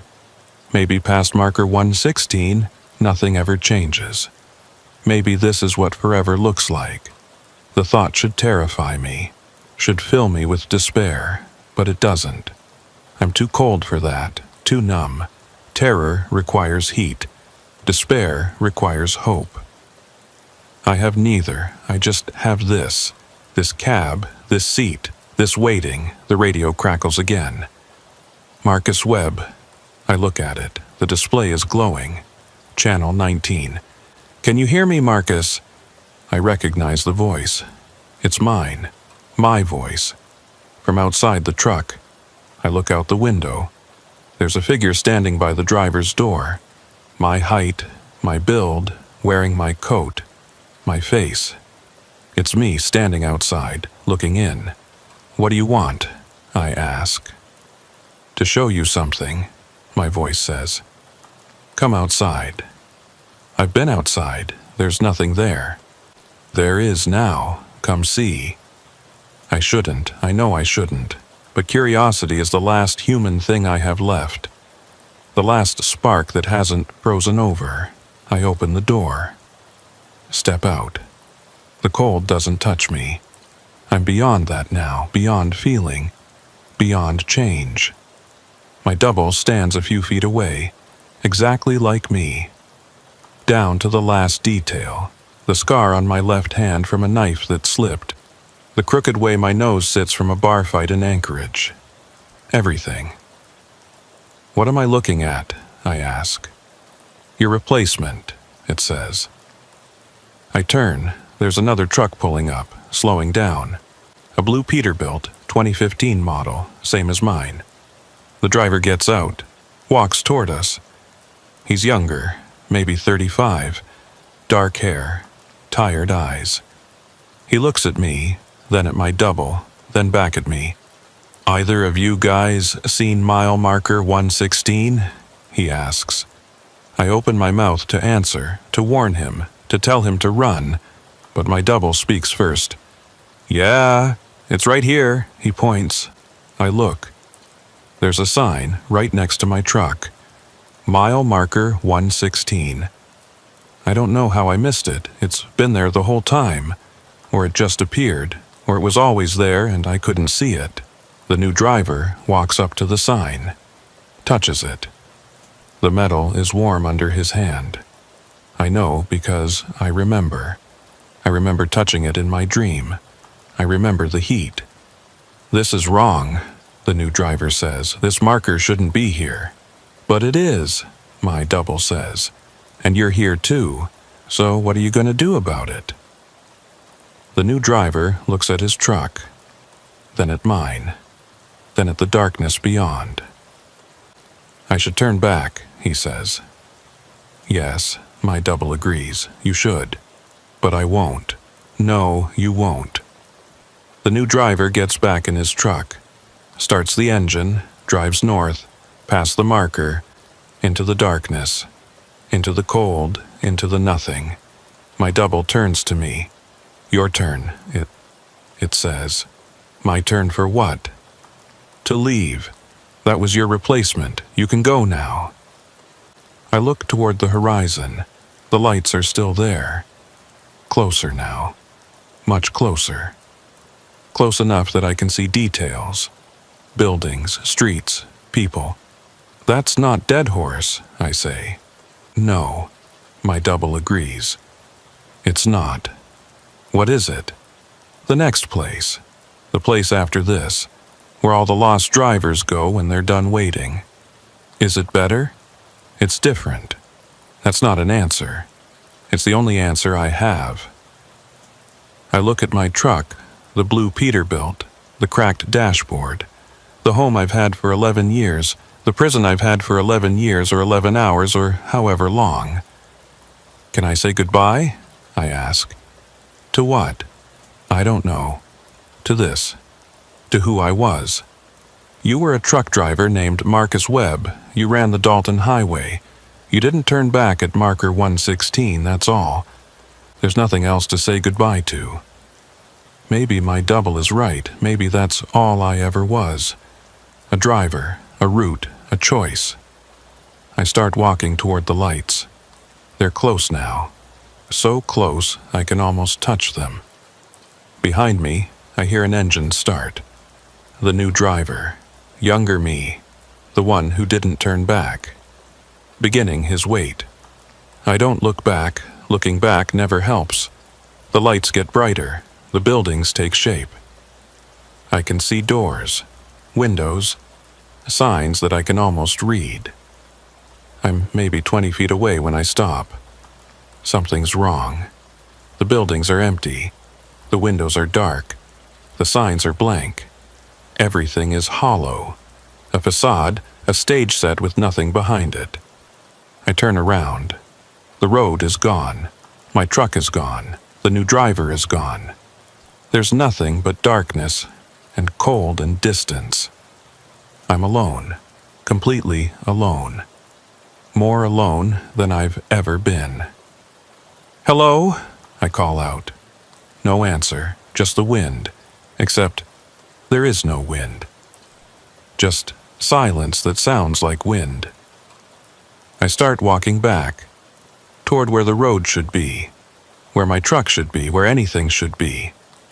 But there's nothing, just emptiness, just void. I walk for hours, days, years.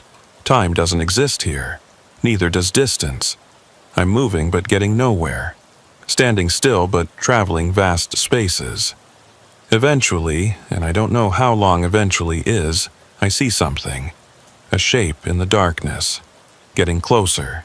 It's a truck. Blue, Peterbilt, 2015 model. My truck. I walk up to it. The driver's door is open. The cab is empty.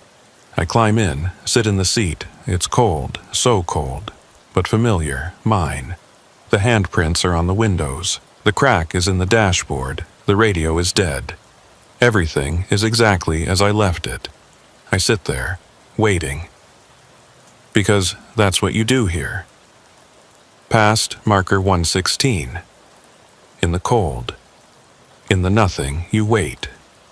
And sometimes, rarely, but sometimes, you see headlights approaching, and you climb out, and you guide another driver here. And you tell yourself that this time it'll be different. This time you'll be released, but it never is, and you never are. Because, past marker 116, nothing ever changes. Nothing except the handprints on the windows. They're growing, spreading, covering more glass. Soon they'll cover everything. Soon I won't be able to see out at all. And maybe that's better? Maybe not seeing the emptiness is a kind of mercy. I close my eyes. The radio crackles. Marcus Webb. I don't open my eyes. Don't respond. You can't leave, Marcus. Nobody leaves. I know, I whisper. Good. That's good. Accepting it makes it easier. Does it? No. But we tell you that anyway. Because what else is there to say? The radio goes silent. I sit in the darkness, in the cold, in the waiting, and I hear footsteps outside, crunching in the snow. Multiple sets, coming closer. They stop at my door, 3 knocks. Knock, knock, knock. I don't answer. The door opens anyway. The cold rushes in. Deeper than before, colder than anything. Colder than the space between atoms. Colder than death. A figure stands in the doorway. Not my double this time. Something else. Something older. Made of ice and darkness, and the weight of all the drivers who didn't turn back. It reaches for me. I let it. Because what choice do I have? What choice did I ever have? Its hand touches my shoulder. The cold sinks through, down to my core, down to wherever the thing that makes me still exists. And I understand now, finally, completely. There is no eventually, no replacement, no moving on. Those were lies. Comforting fictions to make the waiting bearable. The truth is simpler, crueler. Past marker 116, you don't wait for a replacement. You become part of what does the replacing. You become the cold, the darkness, the thing that knocks on windows, the thing that leaves handprints on glass. You become the road itself, the marker, the warning that no one heeds. The figure pulls me up. I stand, walk to the door, step out. My body, what used to be my body, stays in the truck, slumped in the seat, frozen solid. Another piece of wreckage in the graveyard of drivers who didn't turn back. I float, drift, become diffuse, become nothing and everything. Become the cold that has no temperature, the darkness that has no depth, the distance that has no measure. I see other trucks now, hundreds of them, thousands, scattered across dimensions I didn't know existed, each one containing a driver, each driver waiting, each wait eternal. I see the road, the real road, not the Dalton Highway, something older, something that existed before highways, before roads, before the concept of travel itself. It's a line scratched across reality, a wound that never heals.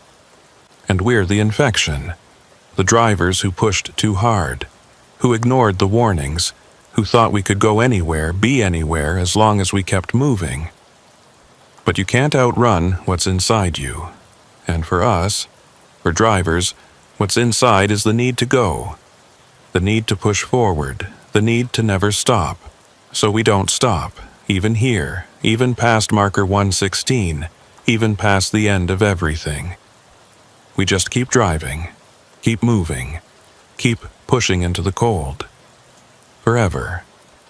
I see a new set of headlights approaching. A truck. Coming north. Young driver, tired eyes. Just like all of us were once. I drift toward them, become solid enough to be seen, human enough to be trusted. The truck slows. The driver rolls down the window. "Hey," he says, "you seen mile marker 116 around here?" And I hear myself answer. Hear the words form, hear the lie take shape. "Yeah, it's just up ahead. 3 miles maybe, but be careful. The road gets tricky after that." He nods, thanks me, drives on, toward the marker, toward the choice, toward becoming what I am. And I watch him go, watch his taillights disappear into the darkness, into the cold, into the nothing. Then I turn, drift back to my truck, my body, my frozen moment, and I wait, because that's all there is now, all there ever was, all there ever will be.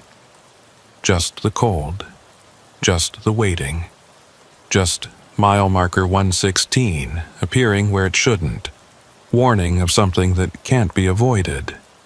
And somewhere, somewhen, another driver is approaching. Another set of headlights cutting through the dark.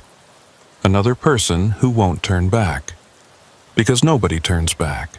Nobody except the ones who never left in the first place. The ones who became the road itself. The ones like me, Marcus Webb, age 42. Died on the Dalton Highway at mile marker 287. Except there is no mile marker 287. There never was. There's only 116. There's always been only 116. And when they find my truck, if they find my truck, they'll see the handprints on the windows. They'll see my body frozen in the seat. They'll see the crack in the dashboard, the dead radio, the empty cab. But they won't see the marker. They never do. Not unless they're supposed to. Not unless they're next. The GPS in my truck still shows my position. Still marks where I am. Or where I think I am. Or where I was when time stopped meaning anything. Mile marker 116. The marker that shouldn't exist. The marker that's everywhere and nowhere. The marker that's always ahead, no matter how far you drive. I look at the handprints on my windows one last time. They've stopped moving now. Stopped growing. They've found their final shape. And I realize, with the last shred of whatever consciousness I have left, that they're not trying to get in. They're trying to get out. All the drivers who came before me, all the ones who didn't turn back, trapped in the glass, trapped in the ice, trapped in the moment of their choice, trying to warn the next one. But the warning looks like directions. The plea looks like guidance. The truth looks like a lie. Because that's what happens here, past marker 116, where the road stops being a road and becomes something else. Everything inverts. Every meaning reverses. Every attempt to help becomes another way to harm. And we can't stop, can't change it, can't break free. We just keep doing what we've always done, driving, moving, pushing forward, into the cold, into the dark, into the forever that has no end because it never had a beginning. My name is Marcus Webb. I was a truck driver on the Dalton Highway. I didn't turn back at mile marker 116. And now I'm the reason nobody else does either. My name is Carl Dietrich. I'm 51 years old. I've been driving ice roads in the Northwest Territories for 23 years. That's longer than most marriages last. longer than most careers, longer than some people live. People think ice road trucking is about the money. They're half right. The pay is good, 60, 70,000 for a 2-month season if you push hard. But that's not why most of us do it. We do it because normal roads feel wrong after a while. Too permanent, too certain. Ice roads are honest. They tell you the truth. They'll hold you or they won't. They'll get you across or they'll kill you. No pretense. No lies. I drive a 1998 Western Star 4900. White cab, red chassis. The odometer stopped working at 847,000 miles. That was 6 years ago. God knows what the real number is now. The truck has been rebuilt 3 times. New engine, new transmission, new everything except the frame. But it's still the same truck. Still mine. It was late January when this started. The season was in full swing. The ice roads across Great Slave Lake and up toward the diamond mines had been open for 3 weeks. I'd already made 4 runs. Heavy loads, mining equipment, fuel drums, construction materials, the kind of freight that pays well because it's dangerous, because the ice groans under the weight, because you're always one crack away from going through. I was at the staging area in Yellowknife, a gravel lot on the edge of town where trucks gather before heading out onto the ice. There were maybe a dozen rigs there that morning. I knew most of the drivers. Tommy Rusk, who'd been running ice roads since before I was born. Maria Kowalski, one of the few women who'd made it more than 1 season. A couple of new guys whose names I hadn't bothered to learn. They probably wouldn't be back next year. The temperature was minus 34 Celsius, cold but not unusual. The sky was that peculiar Arctic white that means snow is coming. Not a storm, just snow. Steady, relentless, the kind that doesn't stop for days. I was drinking coffee from a thermos, gas station coffee. Burnt, too strong, perfect. I stood next to my truck, watching the other drivers prep their rigs, checking tire pressure, testing lights, the routine of departure. Tommy walked over. He moved slow these days. 67 years old with bad knees and a worse back. But he still drove, still made the runs, because what else was there? "You taking the main route?" he asked. "That's the plan. Ice is good, 30 inches minimum. But watch the pressure ridges near the narrows. They shifted since yesterday." I nodded. Tommy knew the ice better than anyone. When he gave advice, you listened. "You heading out soon?" I asked. "Another hour. Got a load of diesel drums. Taking it slow. See you on the other side." "Yeah." He paused, looked at the sky. "Weather's turning. Don't push it if visibility drops." "Never do." That was a lie. I always pushed it. We all did. Time was money. Delays cost. The ice roads were only viable for maybe 8 weeks a year. You maximized every day or you lost the season. Tommy walked away. I climbed into my cab and started the engine. It turned over rough. The cold made everything stiff. I let it idle for 10 minutes, letting the oil warm up, letting the transmission fluid circulate. You don't rush things in this temperature. Mechanical failure out on the ice means death. Simple as that. My load was secured. 8,000 pounds of drilling equipment. Not the heaviest I'd carried, but substantial. The weight was good, gave me traction, kept me stable. But it also meant I'd sink faster if the ice failed. I pulled out of the staging area and headed north. The road transitioned from pavement to gravel to ice within 5 miles. The change was marked by a sign. Ice Road. Drive at your own risk. I'd seen that sign hundreds of times. It never got less ominous. The ice stretched ahead of me. White. Flat. Featureless. The tracks from previous trucks had left shallow ruts in the snow covering. I followed them. They were the safest path, where trucks had already passed without breaking through. The speed limit on ice roads is 25 kilometers per hour, slow enough to minimize the pressure wave that forms under the ice when a heavy vehicle moves across it. Go too fast, and that wave can crack the ice from underneath. You'll never see it coming. Just feel the ice give way, and then you're in the water. Sinking. Drowning. Freezing. I kept my speed at exactly 25. My eyes scanned constantly, looking for changes in the ice color. Dark patches meant thin ice. White patches meant safe. Cracks were obvious. Black lines spreading like lightning across the surface. You avoided those. The radio crackled. I had it tuned to the ice road frequency. Drivers called out conditions, warned about bad spots, confirmed safe passage. Northbound at kilometer 12, smooth crossing. Southbound at kilometer 8, pressure ridge forming near west track. Use east track. Copperin Island checkpoint, visibility dropping, snow incoming. I keyed the mic. Northbound at kilometer 5, conditions good. No response. Normal.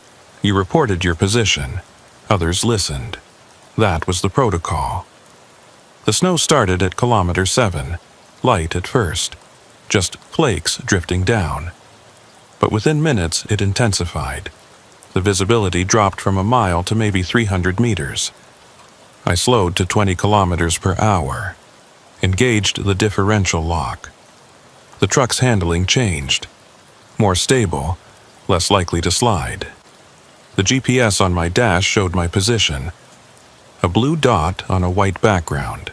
The ice road was marked as a dotted line across Great Slave Lake. According to the map, the route was straightforward. 60 kilometers across open ice.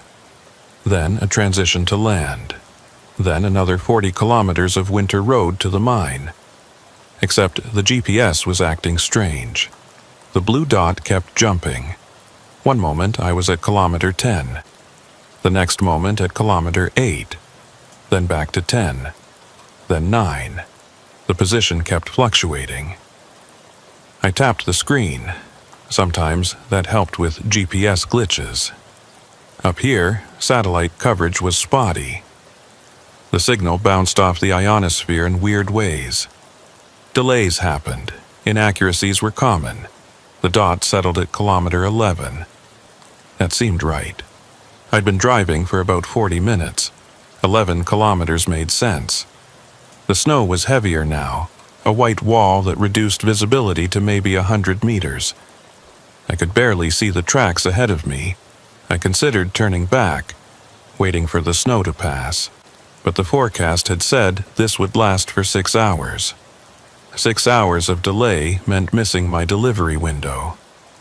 Missing the window meant waiting another day. Another day meant lost money. I kept driving. At kilometer 15, I passed another truck, heading south. Empty. I could tell by how high it sat on its suspension. The driver flashed his lights as we passed. A greeting, acknowledgement. We're both out here. We're both alive. Good luck. I flashed back. The truck disappeared into the snow behind me.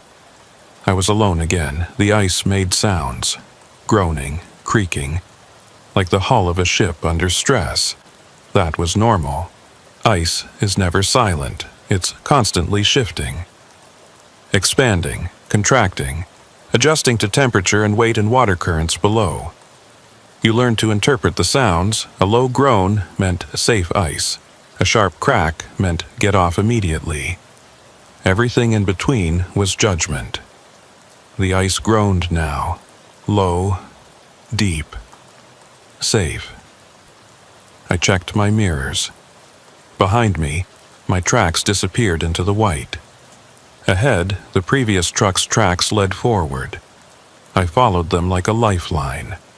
At kilometer 18, the GPS started acting up again.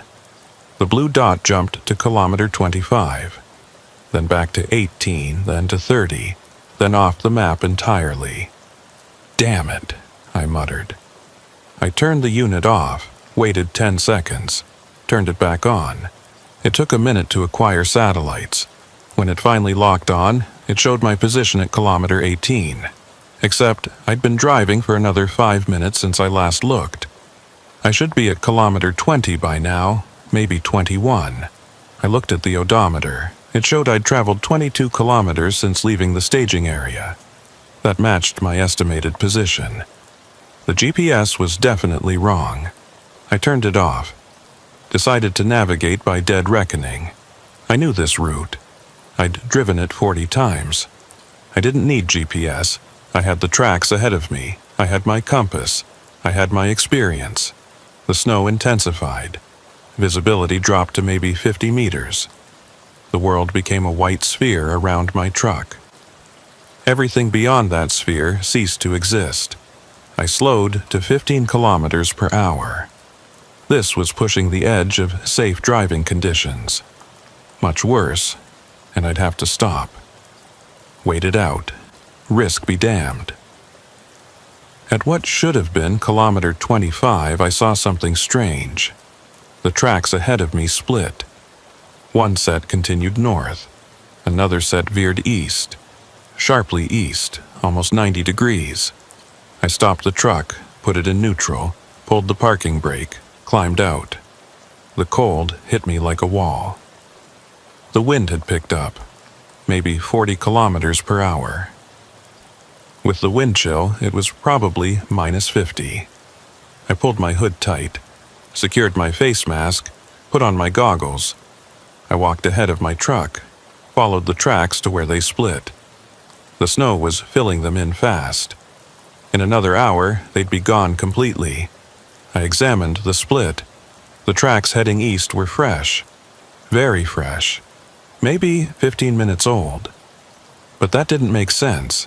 The route went north. Always north. There was nothing to the east.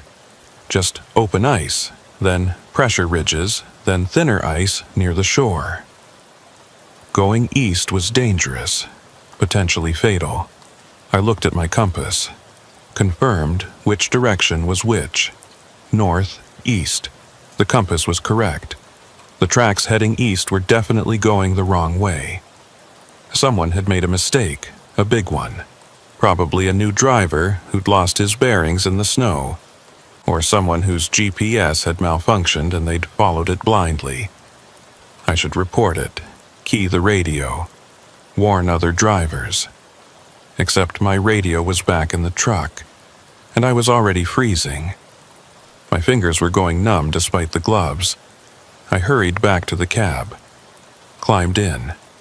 The heater was blowing, but it felt like ice. I held my hands up to the vents. The warmth was painful, like pins and needles, but worse. I grabbed the radio mic, keyed it. "This is Carl Dietrich, northbound at kilometer 25. Be advised, there's a vehicle track heading east from this position. Appears to be a navigational error.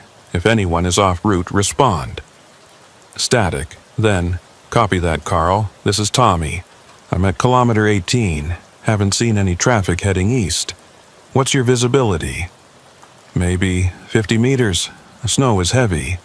"Understood. I'll keep an eye out. Be careful up there." "Will do."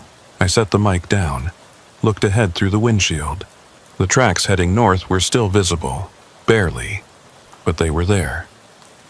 I put the truck in gear, released the parking brake, started moving again. Except something felt wrong, the ice, the sound it was making. The groan was different, higher pitched, more strained. I stopped immediately, listened. The ice groaned again, a rising tone, like stress building, like something about to give. I looked at the ice around my truck. White, solid, no visible cracks. But that didn't mean anything. Cracks could form underneath. Invisible until it was too late. I needed to move. Staying stationary on questionable ice was dangerous. The weight concentrated in one spot. Better to keep moving, distribute the load. I eased the throttle. The truck rolled forward. Slow. Gentle. The ice groaned but didn't crack. I followed the tracks north. 1 kilometer, 2, 3. The groaning continued, never stopping, never easing. Just a constant sound of stress. At kilometer 28, the tracks disappeared, not gradually, not fading into the snow. They just stopped. One moment they were there, clear tire marks in the snow. The next moment, nothing. Smooth, undisturbed snow ahead, like the vehicle had lifted off the ice and flown away. I stopped the truck, stared ahead. That wasn't possible. Tracks don't just vanish. I climbed out again, walked ahead. The cold was worse now. My face hurt, my eyes watered, and the tears froze immediately. I reached the point where the tracks ended, knelt down, brushed the snow away. The ice underneath was smooth, unbroken. No tracks, no tire marks, nothing. I looked back at my truck. My tracks were clear, leading from my truck to where I stood. But ahead, nothing. I stood up, looked around. The snow was so thick I could barely see 20 meters. Everything was white, undifferentiated, disorienting. I pulled out my compass, checked my direction. North. I was facing north. The tracks had been leading north. They should continue north. But there were no tracks. I walked forward another 10 meters, then 20, then 30. Just smooth snow.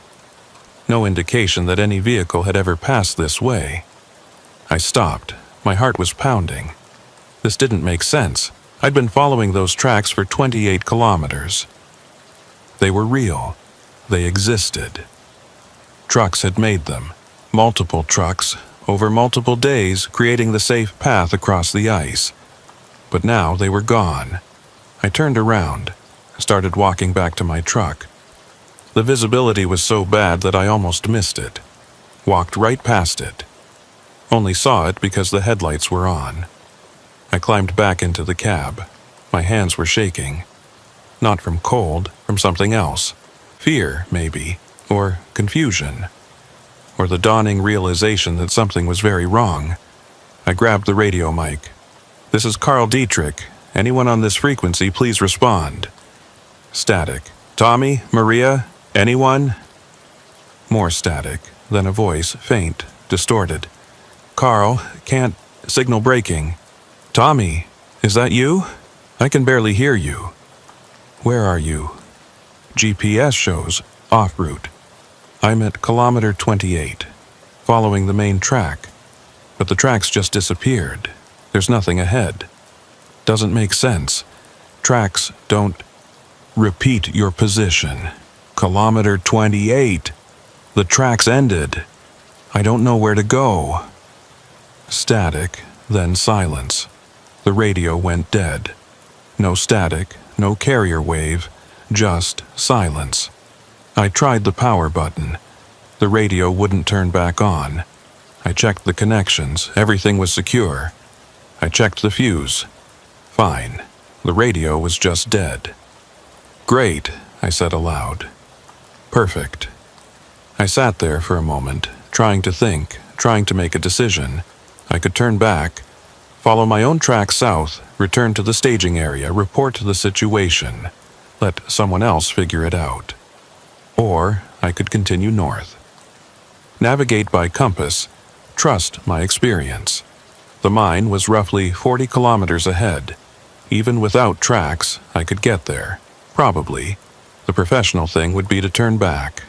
The safe thing. The smart thing. But I'd never turned back from a run.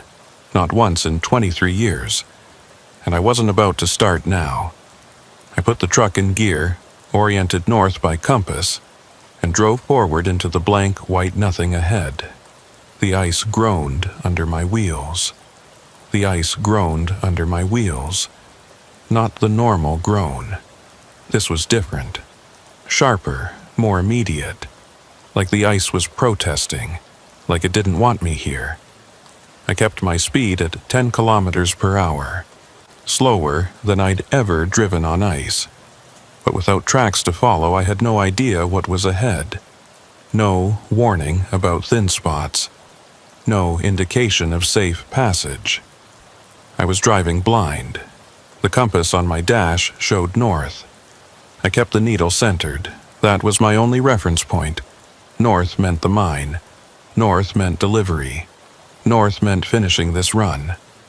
The snow showed no sign of letting up. If anything, it was getting worse. The windshield wipers struggled to keep up. Ice was forming on the blades. Every few minutes I had to stop and clear them by hand. The process took maybe 30 seconds each time. 30 seconds of standing in minus 50-degree cold, chipping ice off rubber, my fingers screaming in protest. I'd been driving for 2 hours since the tracks disappeared. According to my dead reckoning, I should be at kilometer 45. Maybe 50, somewhere in that range. The mine couldn't be more than 10 kilometers ahead. 15 at most. But I saw nothing. No lights, no structures, no indication that human civilization existed anywhere in the world. Just white, just snow, just ice. The fuel gauge showed 3/4 full. Plenty to get to the mine and back, unless I got lost, unless I ended up driving in circles. Then the fuel would run out and I'd be stranded. And at this temperature, in this storm, stranded meant dead. I checked the heater, still blowing, still warm. The engine temperature was good, oil pressure normal, everything mechanical was functioning. That was something.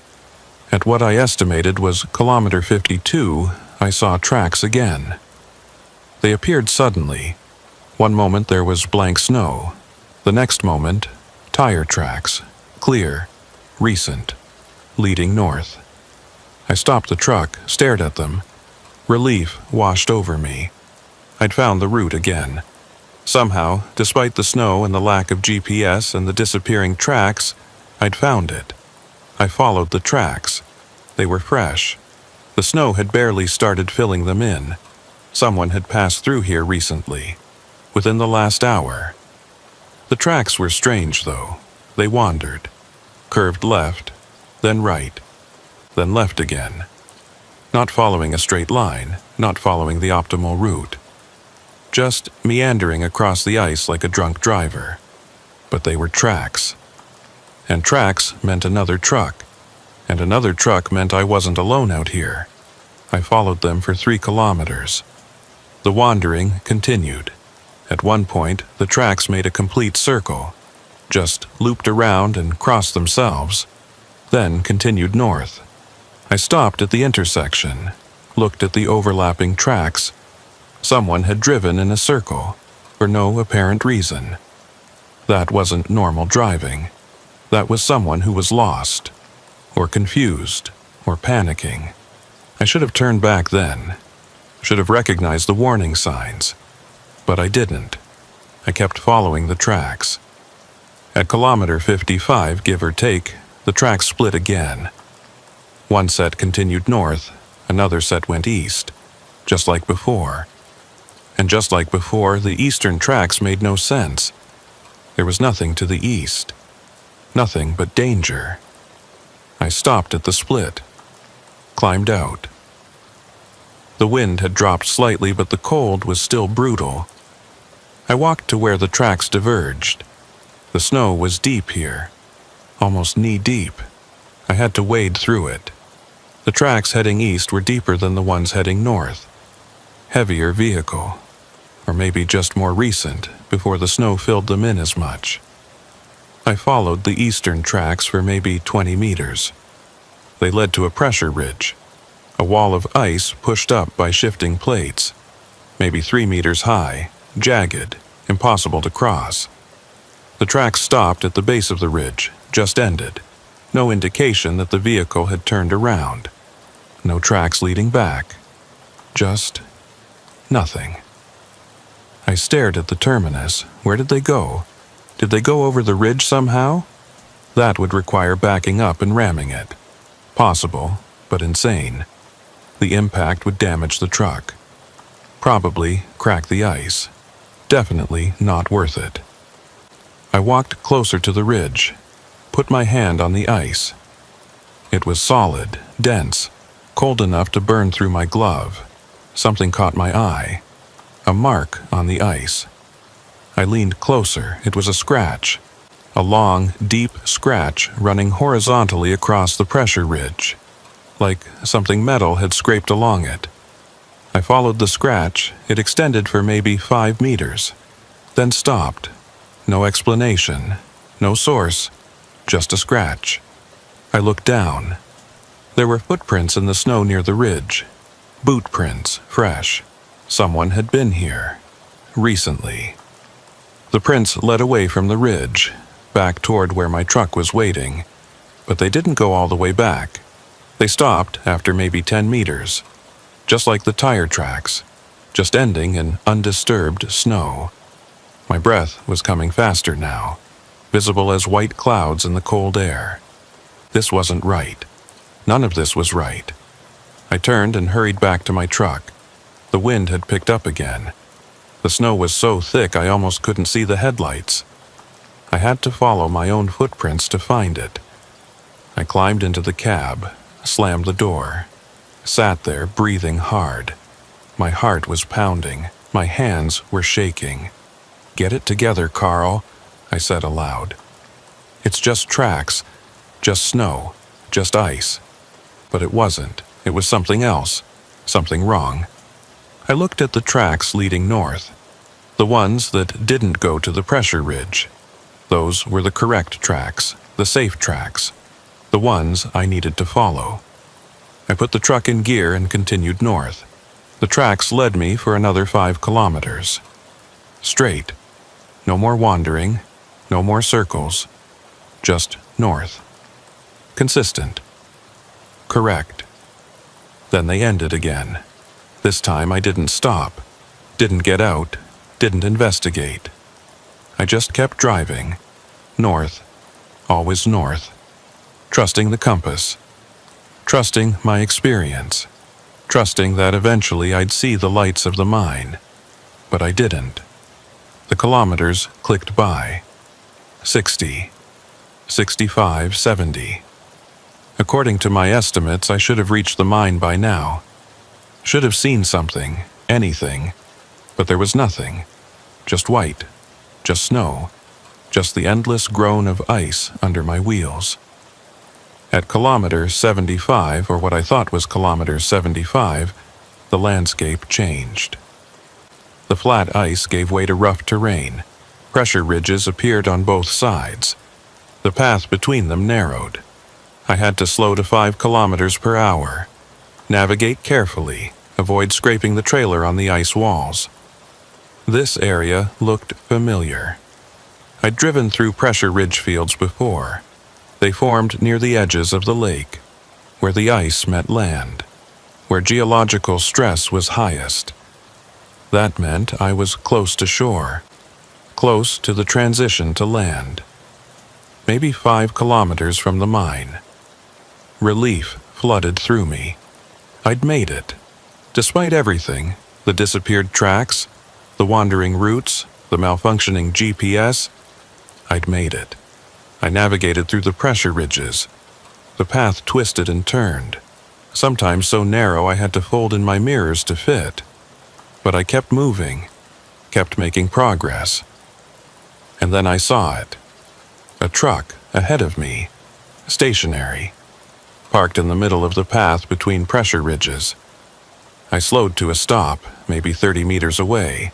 The truck's lights were off, no exhaust from the stack, no sign of life. I sat there for a moment, considering. Another truck meant another driver, maybe someone who'd broken down, someone who needed help. But something felt wrong. The way it was parked, centered perfectly in the path, blocking the way forward, like it was waiting. I turned on my high beams. They illuminated the truck clearly, a Western Star, older model, white cab, red chassis. Just like mine, the same truck, the exact same truck. I stared at it. That wasn't possible. There were plenty of Western stars in the territories. Plenty of them configured the same way. It was just coincidence. Except I could see the license plate, even through the snow. Even at this distance, it was my license plate, my number. No, I said. No, that's not possible. I put my truck in reverse, backed up slowly, turned the wheel, tried to angle around the obstruction. The path was too narrow. I couldn't get past. The pressure ridges blocked me in.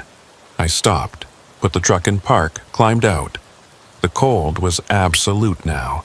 The wind had died. The snow fell straight down, heavy, wet, accumulating fast. I walked toward the other truck.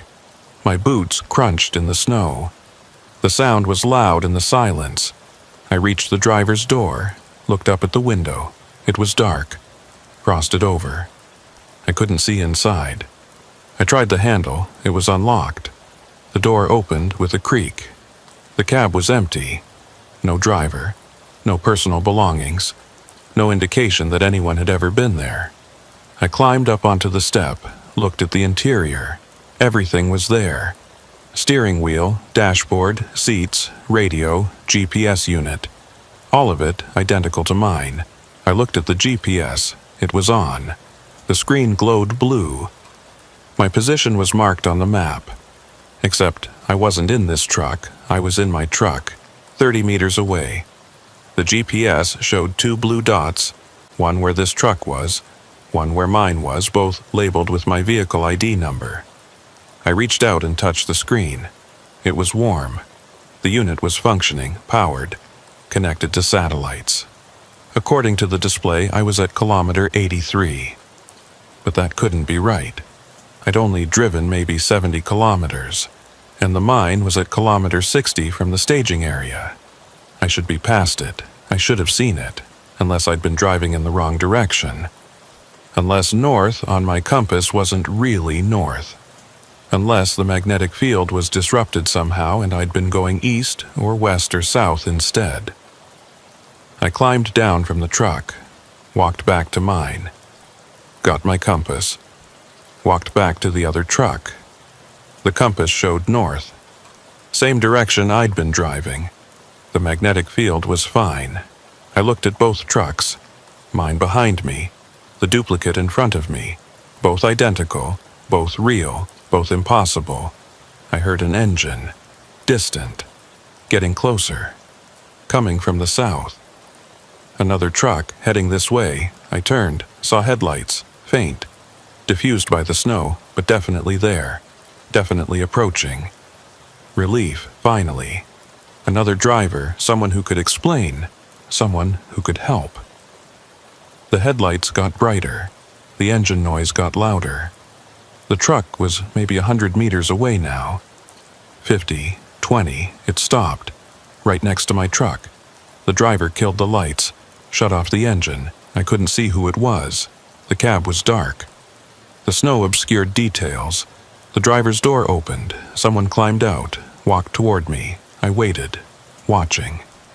As the figure approached through the snow, it was me. Same height, same build, same coat, same face, another me, walking toward me, through the snow, between the 2 identical trucks. We stood facing each other, maybe 3 meters apart. The snow fell between us. Neither of us spoke. Then the other me turned and walked toward the duplicate truck, climbed into the cab, shut the door. The engine started. The lights came on. The truck began moving, forward, north, into the pressure ridges, disappearing into the white. I stood there watching it go, until the lights faded, until the engine noise faded, until there was nothing but snow and silence. Then I turned and walked back to my truck. My real truck. The one I'd been driving, the one I knew. I climbed into the cab, sat in the seat. My hands were numb. My face was numb. Everything was numb. I looked at the empty path ahead. The duplicate truck was gone. The way forward was clear. I should go back, should turn around, should return to the staging area and report everything. the disappeared tracks, the wandering routes, the duplicate truck, the other me. But I couldn't.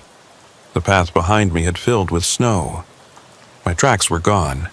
I couldn't see where I'd come from. Couldn't navigate back even if I wanted to.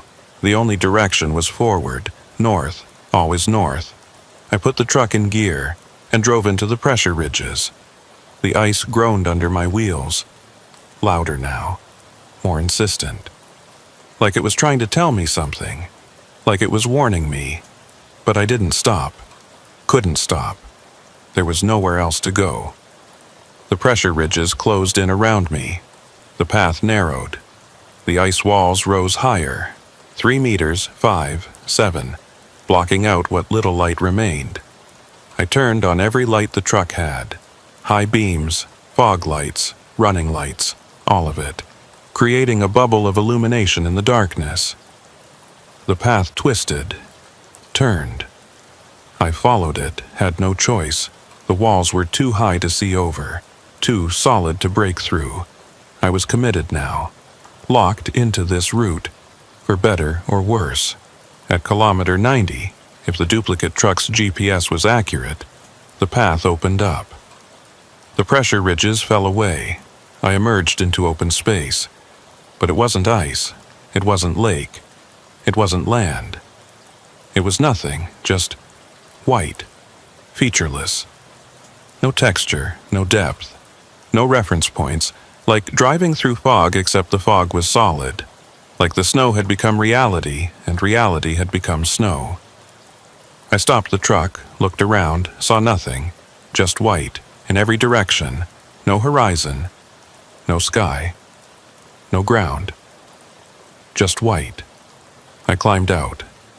My feet hit something solid, ice, probably, or snow, or whatever this place was made of. I walked forward, 5 steps, 10, 20. Nothing changed, just white, everywhere. Endless. I turned around. My truck was right there, right where I'd left it. I'd walked maybe 50 meters, but it looked like I'd never moved at all. I walked back, climbed in, sat down. The compass on the dash was spinning, slowly, continuously. Not pointing north, not pointing anywhere, just spinning.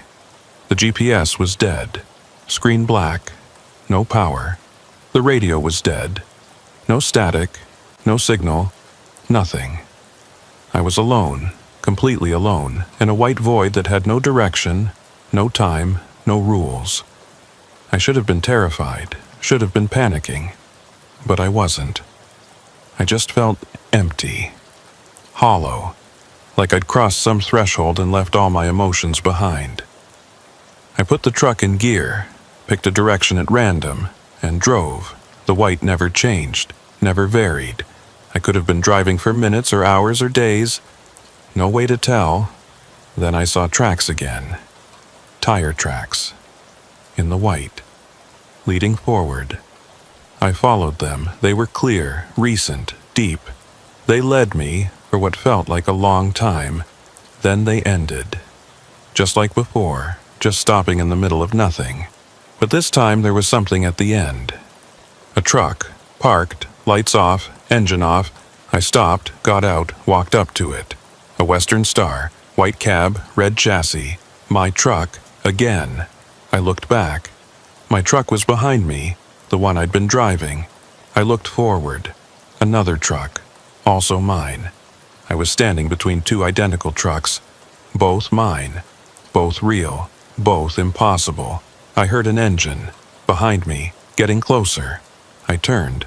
Saw headlights. Another truck. Coming from the direction I'd come from.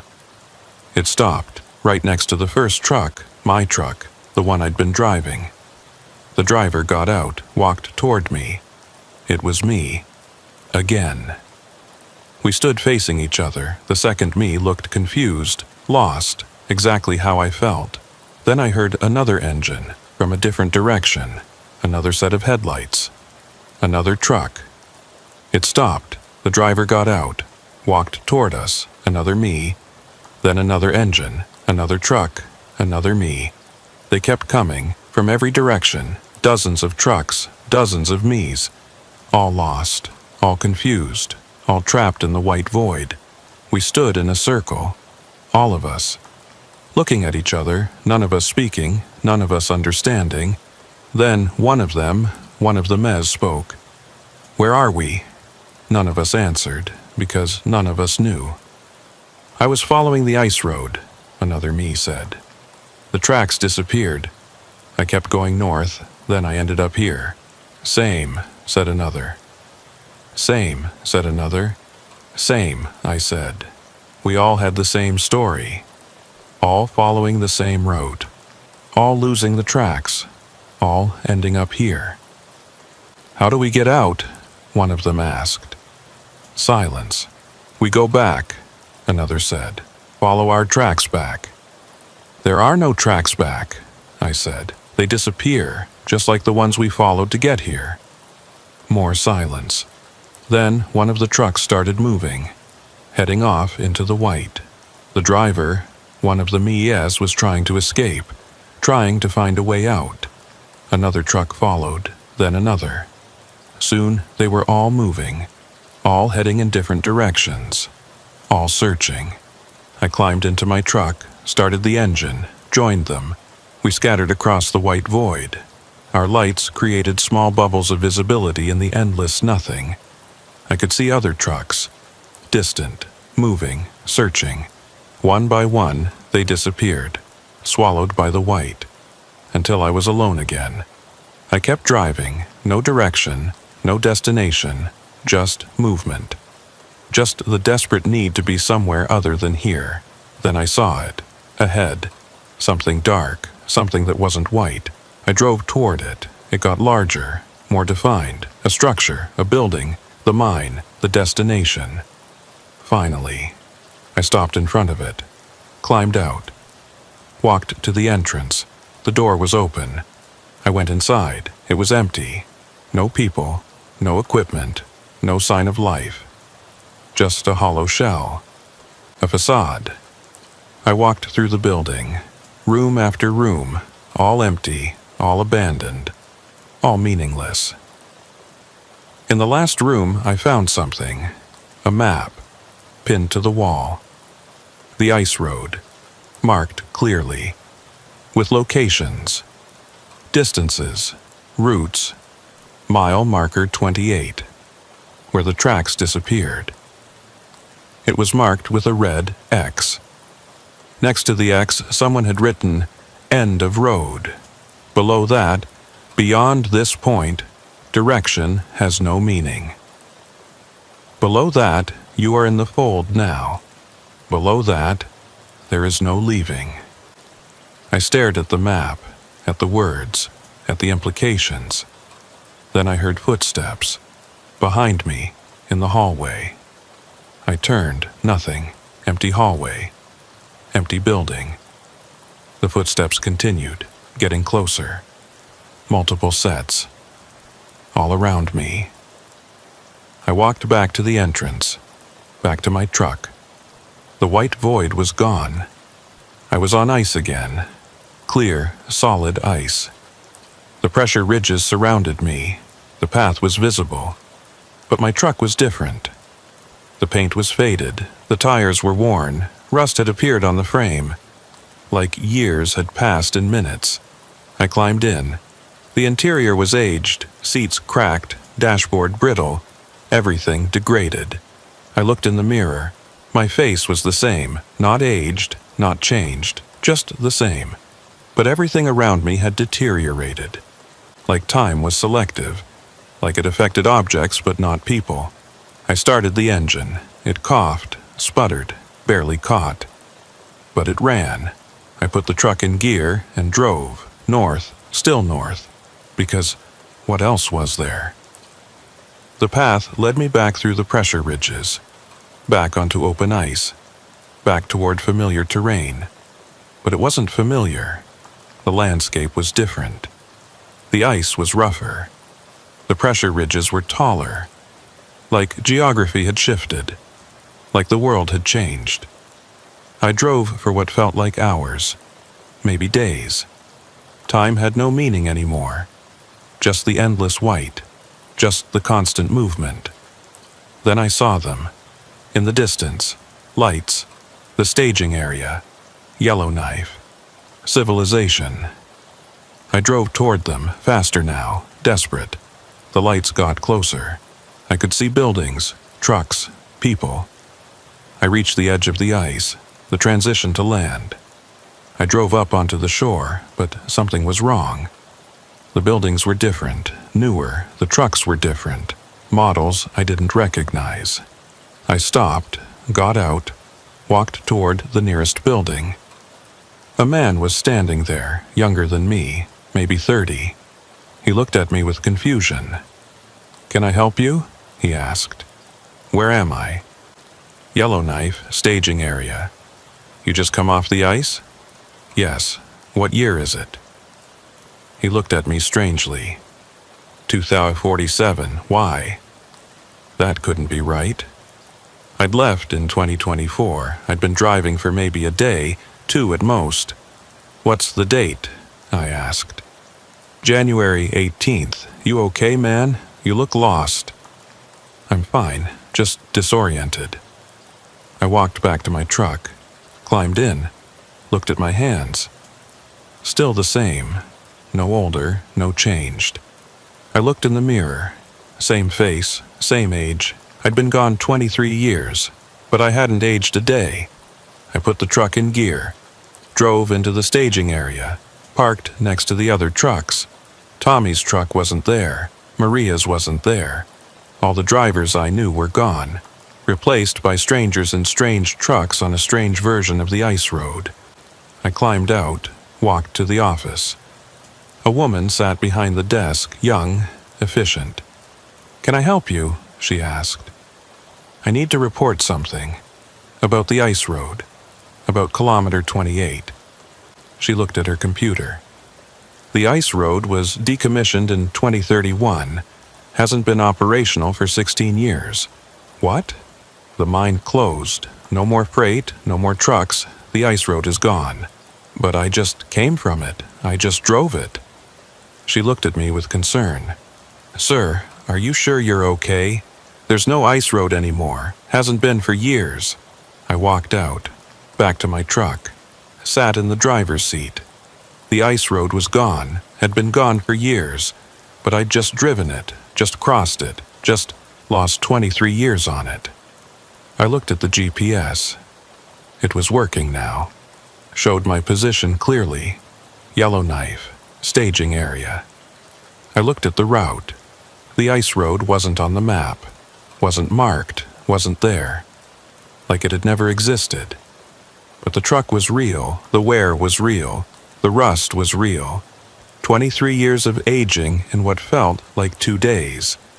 I started the engine, pulled out of the staging area, drove south, away from the ice, away from the north, away from the road that didn't exist anymore. But as I drove, I kept checking the mirror, kept looking back. And in the distance, through the snow, I could see them. Lights, headlights, trucks on the ice, moving, driving, still running the road, still trapped in the fold. I drove south for 3 days. The truck protested. The engine missed on 2 cylinders, the transmission slipped. The brakes barely held.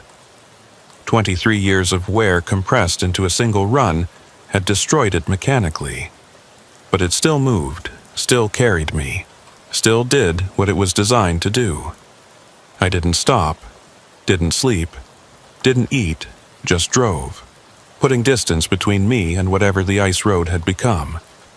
Whatever had happened at kilometer 28. But distance didn't help, because every time I closed my eyes, even for a second, even to blink, I saw them. The other trucks, the other versions of me, all trapped in the white void, all searching for a way out that didn't exist. On the 3rd day, the engine finally seized. Just locked up completely about 50 kilometers south of Port Providence. I coasted to the shoulder and sat there as steam poured from under the hood. The smell of burning oil filled the cab. I climbed out, popped the hood. The engine block had cracked. Coolant and oil mixed in a toxic soup on the ground. The truck was done, dead. After 23 subjective years of service compressed into 2 objective days, it had given all it had. I sat on the bumper, looked at the highway. Real pavement. Real road. Solid. Permanent. The opposite of ice. A truck passed, then another. Normal freight runs. Normal drivers. Living normal lives. Going to normal destinations. I wondered if they knew. If they'd ever heard stories about the ice road, about kilometer 28, about the fold. Probably not. Probably written off as legend, as driver superstition, as the delusional ramblings of men who'd spent too much time alone in the cold. A tow truck arrived maybe an hour later. I must have looked pathetic, sitting there next to my dead Western Star. The driver, a young guy, maybe 25, climbed out and whistled low when he saw the engine. "What happened to this thing?" he asked. "Long story." "You been running it hard?" "Something like that." He hooked up the truck and towed me to Fort Providence. There was a mechanic shop there, a small place. The owner took one look at my truck and shook his head. "This is scrap," he said. "Frame is rusted through, engine's done, transmission's gone. I've seen trucks at the wrecking yard in better shape. Can you fix it?" "Fix it? No. I can maybe get you a few thousand for parts, but that's it." I nodded. I'd expected as much. "Do it. Sell it for parts." He gave me a ride to the nearest town with a bus station. I bought a ticket to Edmonton, then another to Vancouver, then another to Seattle. Just kept moving. Putting distance, putting time, trying to outrun what had happened. But you can't outrun yourself. Can't outrun your own memories. They travel with you. Inside you. Permanent and inescapable. I ended up in a motel in Bellingham, Washington. Small room, single bed, TV that only got 3 channels. I sat on the bed and stared at the wall for 3 days. Didn't eat, didn't sleep, just sat. On the 4th day, I went to the library, used their computer, searched for information about the ice road. There were articles, lots of them. Historical pieces about the heyday of winter roads in the north, about the diamond mines, about the trucks that kept them supplied. And there were the incident reports, drivers who'd disappeared, last known position somewhere on the ice. Never found. Bodies never recovered. Just gone. Tommy Rusk. Disappeared February 3rd, 2024. Last radio contact at kilometer 28. Maria Kowalski. Disappeared February 7th, 2024. Last GPS position at kilometer 30. 15 more names. All disappeared in February 2024. All last known positions between kilometer 28 and 35. The authorities had investigated. Found nothing. No tracks. No evidence. No sign of what happened. The ice was solid. The weather was manageable. But the drivers were just gone. The ice road had been closed after that. Too dangerous. Too many losses. The mines found alternative routes. Air freight. Summer roads. The winter ice roads were abandoned, left to time and weather. But according to what the woman at the staging area told me, that had happened in 2031. 7 years after the disappearances. 7 years of continued operation despite the losses. I dug deeper, found more articles, more reports. The disappearances had continued, every season. Multiple drivers. Always the same area, always kilometer 28 to 35. Some drivers reported strange phenomena before disappearing, tracks that vanished, GPS malfunctions, radio failures, duplicate trucks, temporal anomalies, just like I'd experienced. The authorities had tried to explain it. Magnetic anomalies from mineral deposits, ice conditions creating optical illusions, extreme cold causing mechanical failures and hallucinations, mass hysteria. But they never found the bodies, never found the trucks, never found anything, because the drivers weren't dead. They were in the fold, in the place beyond kilometer 28, where direction had no meaning, where time moved differently, where reality bent in ways that didn't make sense. I found a forum. Ice road drivers sharing stories. Most of it was routine. Weather conditions, mechanical tips, route advice. But there was a thread, buried deep, titled simply K28. I clicked on it. The thread was old, started in 2019. Dozens of posts, all anonymous, all describing the same phenomena. Tracks disappeared at kilometer 28, kept driving north, never reached the mine. Eventually came out at the staging area, but 3 weeks had passed and no one remembered me leaving. Saw my own truck ahead of me, drove up to it. It was empty, but the engine was warm, like I'd just gotten out. But I was still in my truck. How is that possible? The fold takes you. Doesn't matter if you turn back or keep going. Once you pass kilometer 28, you're in it. Some people get out, most don't. I've been trapped for 6 years. Keep driving the route. Keep trying to find the exit. But I always end up back at kilometer 28. Time doesn't move here. Or it moves wrong. I don't age, but everything around me does. My truck is falling apart. I'm falling apart. But I can't die. Can't leave. Can't do anything but drive. The thread ended abruptly in 2024. February. The same month I'd made my run. I sat back in the library chair, stared at the screen. Other people had experienced this. Other people knew. But no one believed them, or if they did, they didn't talk about it. Didn't warn new drivers, didn't shut down the road permanently. The ice road had operated for another 7 years after I disappeared. 7 years of drivers going missing. 7 years of the fold consuming people. Why? I searched for more information, found references to geological surveys. The area around Great Slave Lake had unusual magnetic properties. Deposits of rare earth minerals. Deep underwater crevasses. Anomalous readings that couldn't be fully explained. Some geologists theorized that the area was a thin place, a location where the fabric of reality was unstable, where dimensional boundaries were permeable, where things could slip through from one state to another. Most scientists dismiss this as pseudoscience, but the disappearances were real. The phenomena were real. Something was happening at kilometer 28. Something that couldn't be explained by conventional physics. I closed the browser, left the library, walked back to the motel, sat on the bed again. I should have felt something. Relief that I'd escaped. Grief for the drivers who hadn't. Anger at the authorities for not stopping it. But I felt nothing. Just empty. Hollowed out. That night, I dreamed. The first dream I'd had since escaping the fold. I was back on the ice, driving north, following the tracks.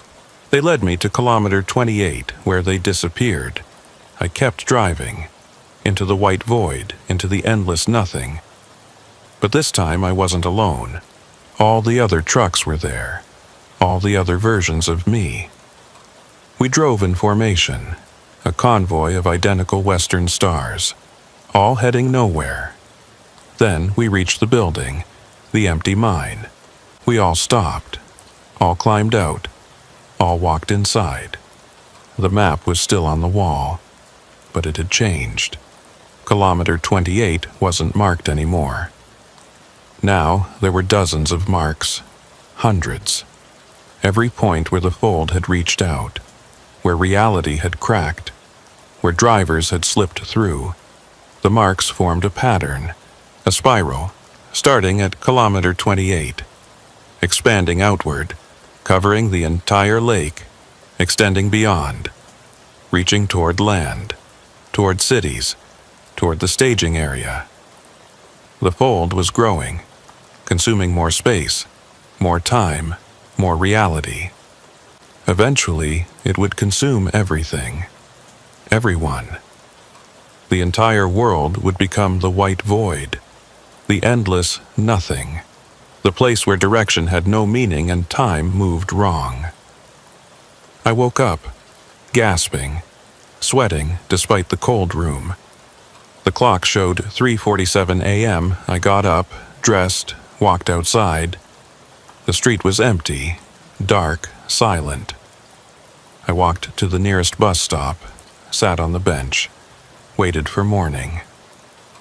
When the sun came up, I bought a bus ticket, back north, back to Yellowknife, back to the ice road.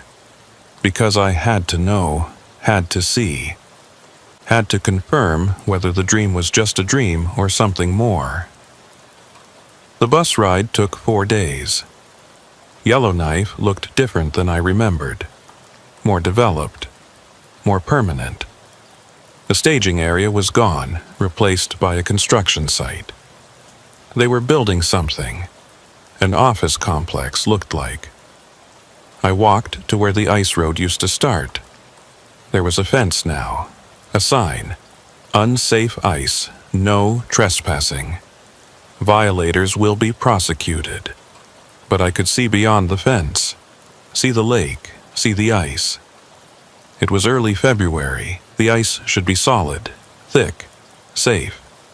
But it wasn't. Even from shore I could see it. Cracks, everywhere. Spider webbing across the surface. The ice was fracturing, breaking down, becoming unstable. In the center of the lake, maybe 2 kilometers from shore, there was darkness. Not shadow, not water. Something else. A void, growing, spreading, consuming the ice around it. The fold it had breached, escaped from whatever containment had held it before. Now it was expanding, visible, real. I watched as a section of ice near the void simply vanished. Didn't break, didn't sink, just ceased to exist. One moment there, the next moment gone, replaced by white nothing. A man approached, security guard for the construction site. Middle-aged, tired eyes. "You need to leave," he said. "This area is off limits." "What is that?" I pointed at the void. He looked, didn't seem surprised, like he saw it every day. "Don't know. Showed up about 6 months ago. Keep getting bigger. Scientists are studying it. Say it's some kind of atmospheric phenomenon. But between you and me, I think it's something worse. How much bigger is it getting? Started as maybe 10 meters across. Now it's 2 kilometers, growing about 3 meters a day. At this rate, it'll reach shore in another month. What happens then?" He shrugged, above my pay grade. "But I've been told to evacuate with my family when it gets within 100 meters of land. So that should tell you something." He walked away, left me standing at the fence, staring at the void, at the fold, at the thing that had consumed me and countless other drivers, now consuming geography itself. I thought about warning people, calling news stations, making noise, but who would believe me? A truck driver with the crazy story about disappearing into a white void and emerging 23 years later? They'd think I was insane, drunk, attention-seeking. Besides, the authorities knew. The scientists knew. They were studying it, documenting it, probably trying to figure out how to stop it, or at least slow it down. But I knew the truth. The fold couldn't be stopped, couldn't be contained. It existed outside the rules, outside physics, outside reality itself. It would keep growing until there was nothing left, until everything was white void, until direction lost meaning everywhere, not just on the ice road. I walked back to the bus station, bought a ticket south, left Yellowknife, left the fold, left the ice road behind. But I knew it didn't matter. The fold would spread, would reach the cities eventually, would consume everything, and when it did, everyone would understand. Everyone would experience what I experienced. The endless white, the lost time, the trapped existence.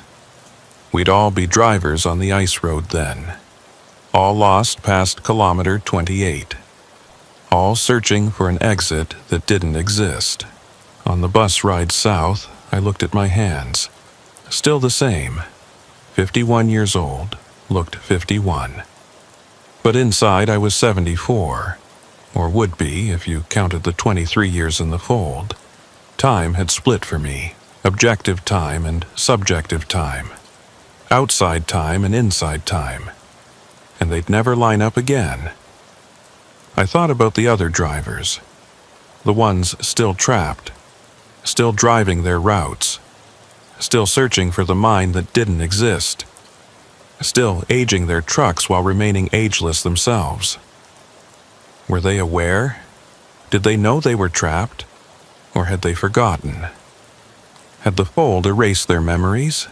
Made them think the driving was normal? That the white void was just weather? That they'd reach their destination eventually? Maybe that was the mercy of it. Forgetting, not knowing, just driving forever. In the eternal present where past and future had no meaning. But I remembered, and that was the curse. The bus stopped in Fort Nelson. I got off, walked to a diner, ordered coffee, sat in a booth by the window. A truck driver sat in the next booth. Old guy, maybe 65. We made eye contact. He nodded. I nodded back. The solidarity of drivers, the unspoken understanding. "Where you headed?" he asked. "South. You?" "North. Got a run to Yellowknife, last one of the season."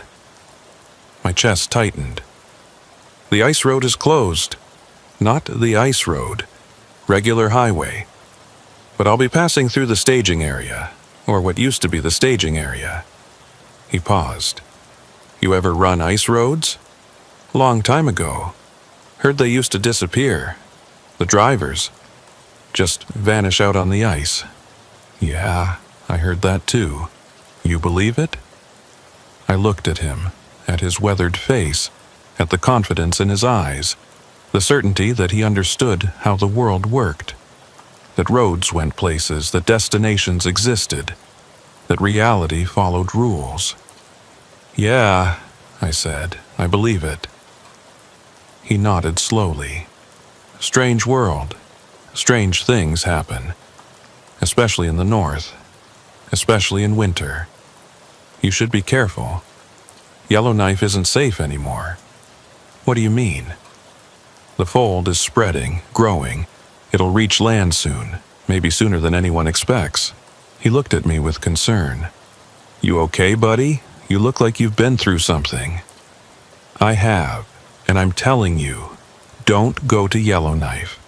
Don't go anywhere near Great Slave Lake. Just turn around. Go home." He stood up, put money on the table. "Thanks for the advice, but I've got a job to do. Freight doesn't move itself." He walked out. I watched through the window as he climbed into his truck. A Kenworth, newer model. He pulled out of the parking lot and headed north. I should have stopped him, should have explained better, should have made him understand. But I didn't. Because I knew he wouldn't listen. Drivers never do. We have jobs to complete, destinations to reach. The road calls and we answer, even when the road leads nowhere, even when the destination doesn't exist, even when answering means disappearing into a white void that grows larger every day. I finished my coffee.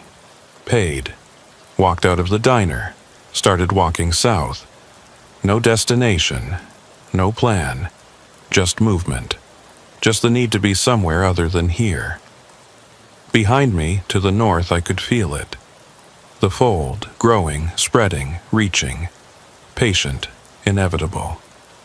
It would catch me eventually, catch everyone, turn the whole world into kilometer 28, into the place beyond, into the white void where direction has no meaning.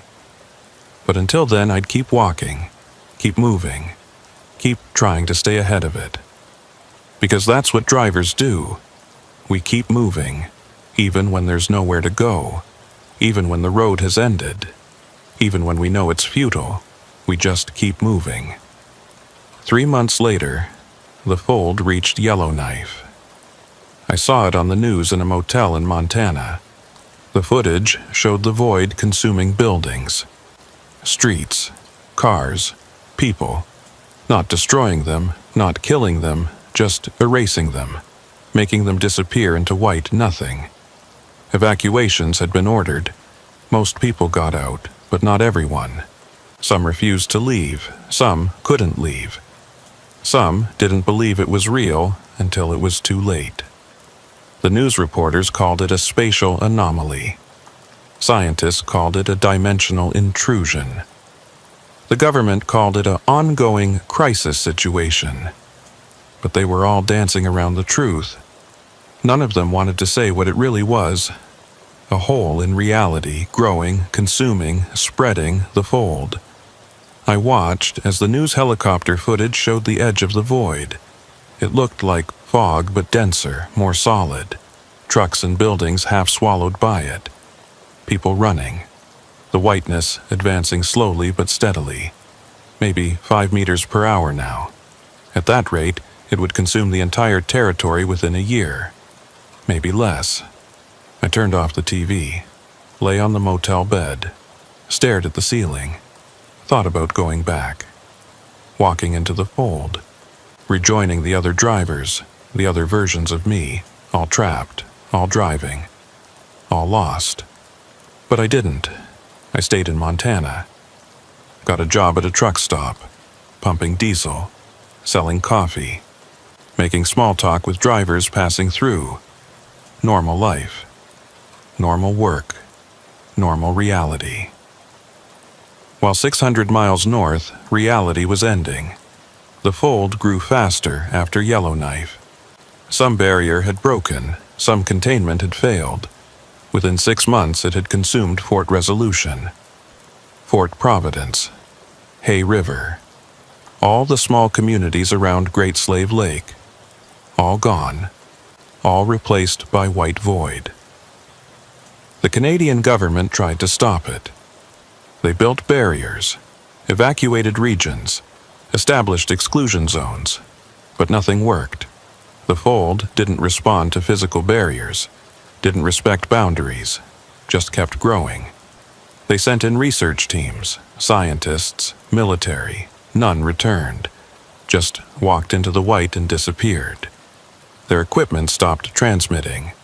Their vital signs flatlined, or rather stopped registering at all, like they'd ceased to exist. The government stopped sending people in after that, just monitored from a distance, watched the void grow, documented the end of the world in real time. Other voids appeared, in Siberia, in Antarctica, in northern Alaska, all growing, all expanding, all the same white nothing. The fold wasn't limited to Great Slave Lake. It had manifested in multiple locations, all in extreme northern latitudes, all in places where ice roads had once operated. The scientists finally started to understand. The ice roads had done something, created something. The combination of weight and movement and cold had weakened reality, created fissures, tears in the fabric of space-time, and the fold had leaked through. A year after Yellowknife, the fold reached Edmonton. 3 million people evacuated south. Most made it. Some didn't. The highways jammed, people panicked, Accidents happened. The fold consumed the stragglers.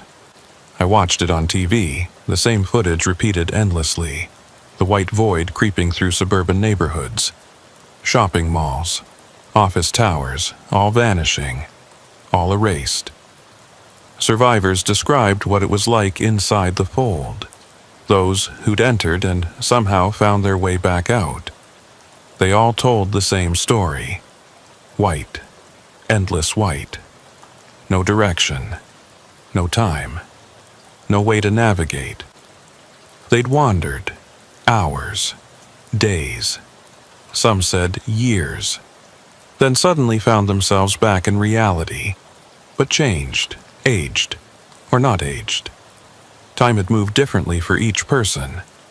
One woman had been inside for what felt like 10 minutes, emerged to find 6 months had passed. Another man was inside for what felt like 5 years, emerged to find only 2 hours had gone by. The fold didn't follow any consistent rules, didn't have any predictable pattern. It was chaos given physical form. I thought about Tommy, about Maria, about all the other drivers who disappeared into the fold back in 2024. Were they still there, still driving, still searching for destinations that no longer existed? Or had they found exits? Had they emerged somewhere, somewhen, into a reality that had moved on without them? I'd never know. No one would. The fold kept its secrets.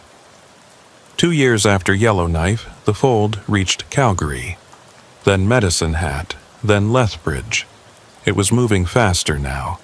No longer 3 meters per hour, more like 30, 300. The growth was exponential. Scientists theorized that each void was connected, that the fold was actually one massive discontinuity in space-time, that when you entered it in Yellowknife, you might exit in Siberia, or Antarctica, or nowhere at all. They theorized that the fold might be alive, or intelligent, or both, that it was actively consuming reality, feeding on it, growing stronger with each piece of the world it absorbed. But theories didn't matter. Nothing could stop it. Nothing could even slow it. The fold was inevitable, unstoppable, the end of geography itself. I quit my job at the truck stop, started driving south, bought an old pickup truck, not a semi, just a regular truck, and headed toward Mexico, trying to stay ahead of the void, trying to buy time. Even though I knew time didn't work the same way anymore, refugees clogged the roads, millions of them, fleeing south, away from the white, away from the nothing. Cars broke down. People ran out of gas, ran out of food, ran out of hope. The highways became parking lots of abandoned vehicles and desperate people. I helped where I could, shared gas, shared food, gave rides to people whose cars had died, but there were too many, too much need. I couldn't save everyone. Couldn't save anyone, really. Just delay the inevitable. 3 years after Yellowknife, the fold reached the Montana border. I was in Nevada by then, still driving, still moving, still trying to stay ahead, but I could feel it.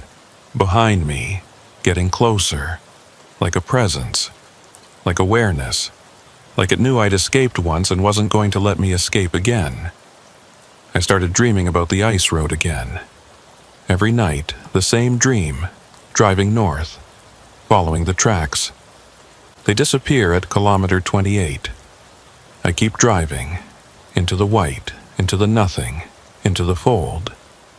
But now the dream continued past where it used to end.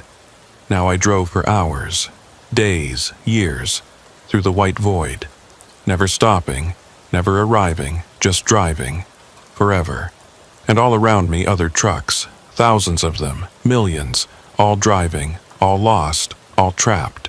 The entire world's worth of drivers, all consumed by the fold, all searching for destinations that didn't exist anymore. I woke up screaming every night, the same scream, the same terror, the same realization that the dream was becoming real, that soon there would be no difference between sleeping and waking, between dream and reality, because the fold was erasing the distinction. 4 years after Yellowknife, the fold reached California, then Arizona, then New Mexico. The United States government collapsed. Canada had collapsed a year earlier. The infrastructure couldn't handle millions of refugees. The economy couldn't function when entire regions were erased. Society fell apart. People formed convoys, traveled together for safety, for sanity, for the illusion that collective movement meant something, that we were going somewhere instead of just fleeing, just running, just postponing the inevitable. I joined one of these convoys, maybe 50 vehicles, heading south through Mexico. The plan was to reach South America, get below the equator. The fold hadn't manifested there yet. Maybe it couldn't. Maybe the extreme cold was necessary. Maybe we'd be safe. But I knew we wouldn't. I'd seen the pattern in the fold, the spiral. It started in the north, but it was expanding in all directions. Eventually, it would consume everything. The entire planet, the entire world would become white void, would become the ice road, would become kilometer 28. We drove through Mexico. The highways were chaos. Military checkpoints, bandits, desperate people. The Mexican government was trying to maintain order, but failing. They couldn't stop millions of refugees, couldn't feed them, couldn't shelter them, could only watch as the wave of humanity crashed through their country. We reached Guatemala, then Honduras, then Costa Rica. The fold was maybe 300 miles behind us now, close enough that we could see it on the horizon, a wall of white stretching from ground to sky, advancing steadily. People started abandoning their vehicles. The highways were too clogged. They walked instead, carried whatever they could, children, supplies, memories, leaving everything else behind. I left my truck in Nicaragua, walked with the crowd. We were maybe 1,000 strong now, all heading south, all fleeing the white. But the white was faster. It caught up to us in Panama. We watched it approach, stood at the edge of the canal, watched the void consume the northern shore, then begin crossing the water, not floating, not sinking, just advancing, erasing the water, erasing the land, erasing everything. People panicked, ran, but there was nowhere to go. The fold was ahead, behind, east, west. We were surrounded. I stopped running, just stood there, watching it approach. The white wall, the nothing, the end. Others stopped too. We stood together, a group of maybe 50, just waiting, accepting, understanding that the flight was over, that there was no more south, no more anywhere, just here, just now, just the fold. The white reached us, touched us, consumed us, and then I was back on the ice. Driving, my Western Star, white cab, red chassis, the engine running smooth, no wear, no age, everything as it was 23 years ago, or yesterday, or never. Time had no meaning here. I looked around, other trucks, thousands of them, stretching in all directions, all driving, all moving, but going nowhere, because there was nowhere to go. The fold had consumed everything. The entire world was the ice road now. The entire world was kilometer 28. I saw Tommy, driving his old Freightliner. He looked the same as he did that morning in Yellowknife, before the fold, before everything. I saw Maria, driving her Peterbilt, young, alive, trapped. I saw all of them, all the drivers who'd disappeared, all still driving, still searching, still lost. And I saw the others, the refugees, the millions who'd fled south. They were in vehicles now, cars, buses, trucks, all driving, all part of the convoy, all consumed by the fold.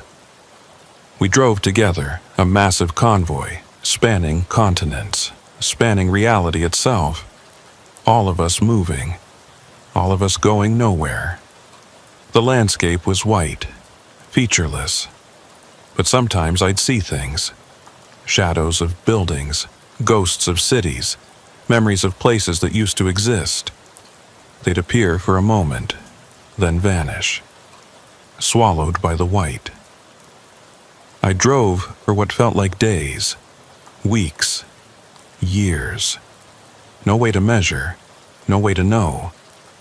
The fuel gauge never moved. The odometer never changed. The clock was stopped. Everything was frozen except the movement. The endless, pointless movement. Then I saw it. Ahead, a sign, mile marker 28. The original marker, from the ice road, from Great Slave Lake, from where this all started. I stopped at the marker, got out.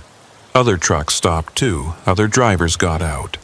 We gathered around the sign, hundreds of us, then thousands, then millions.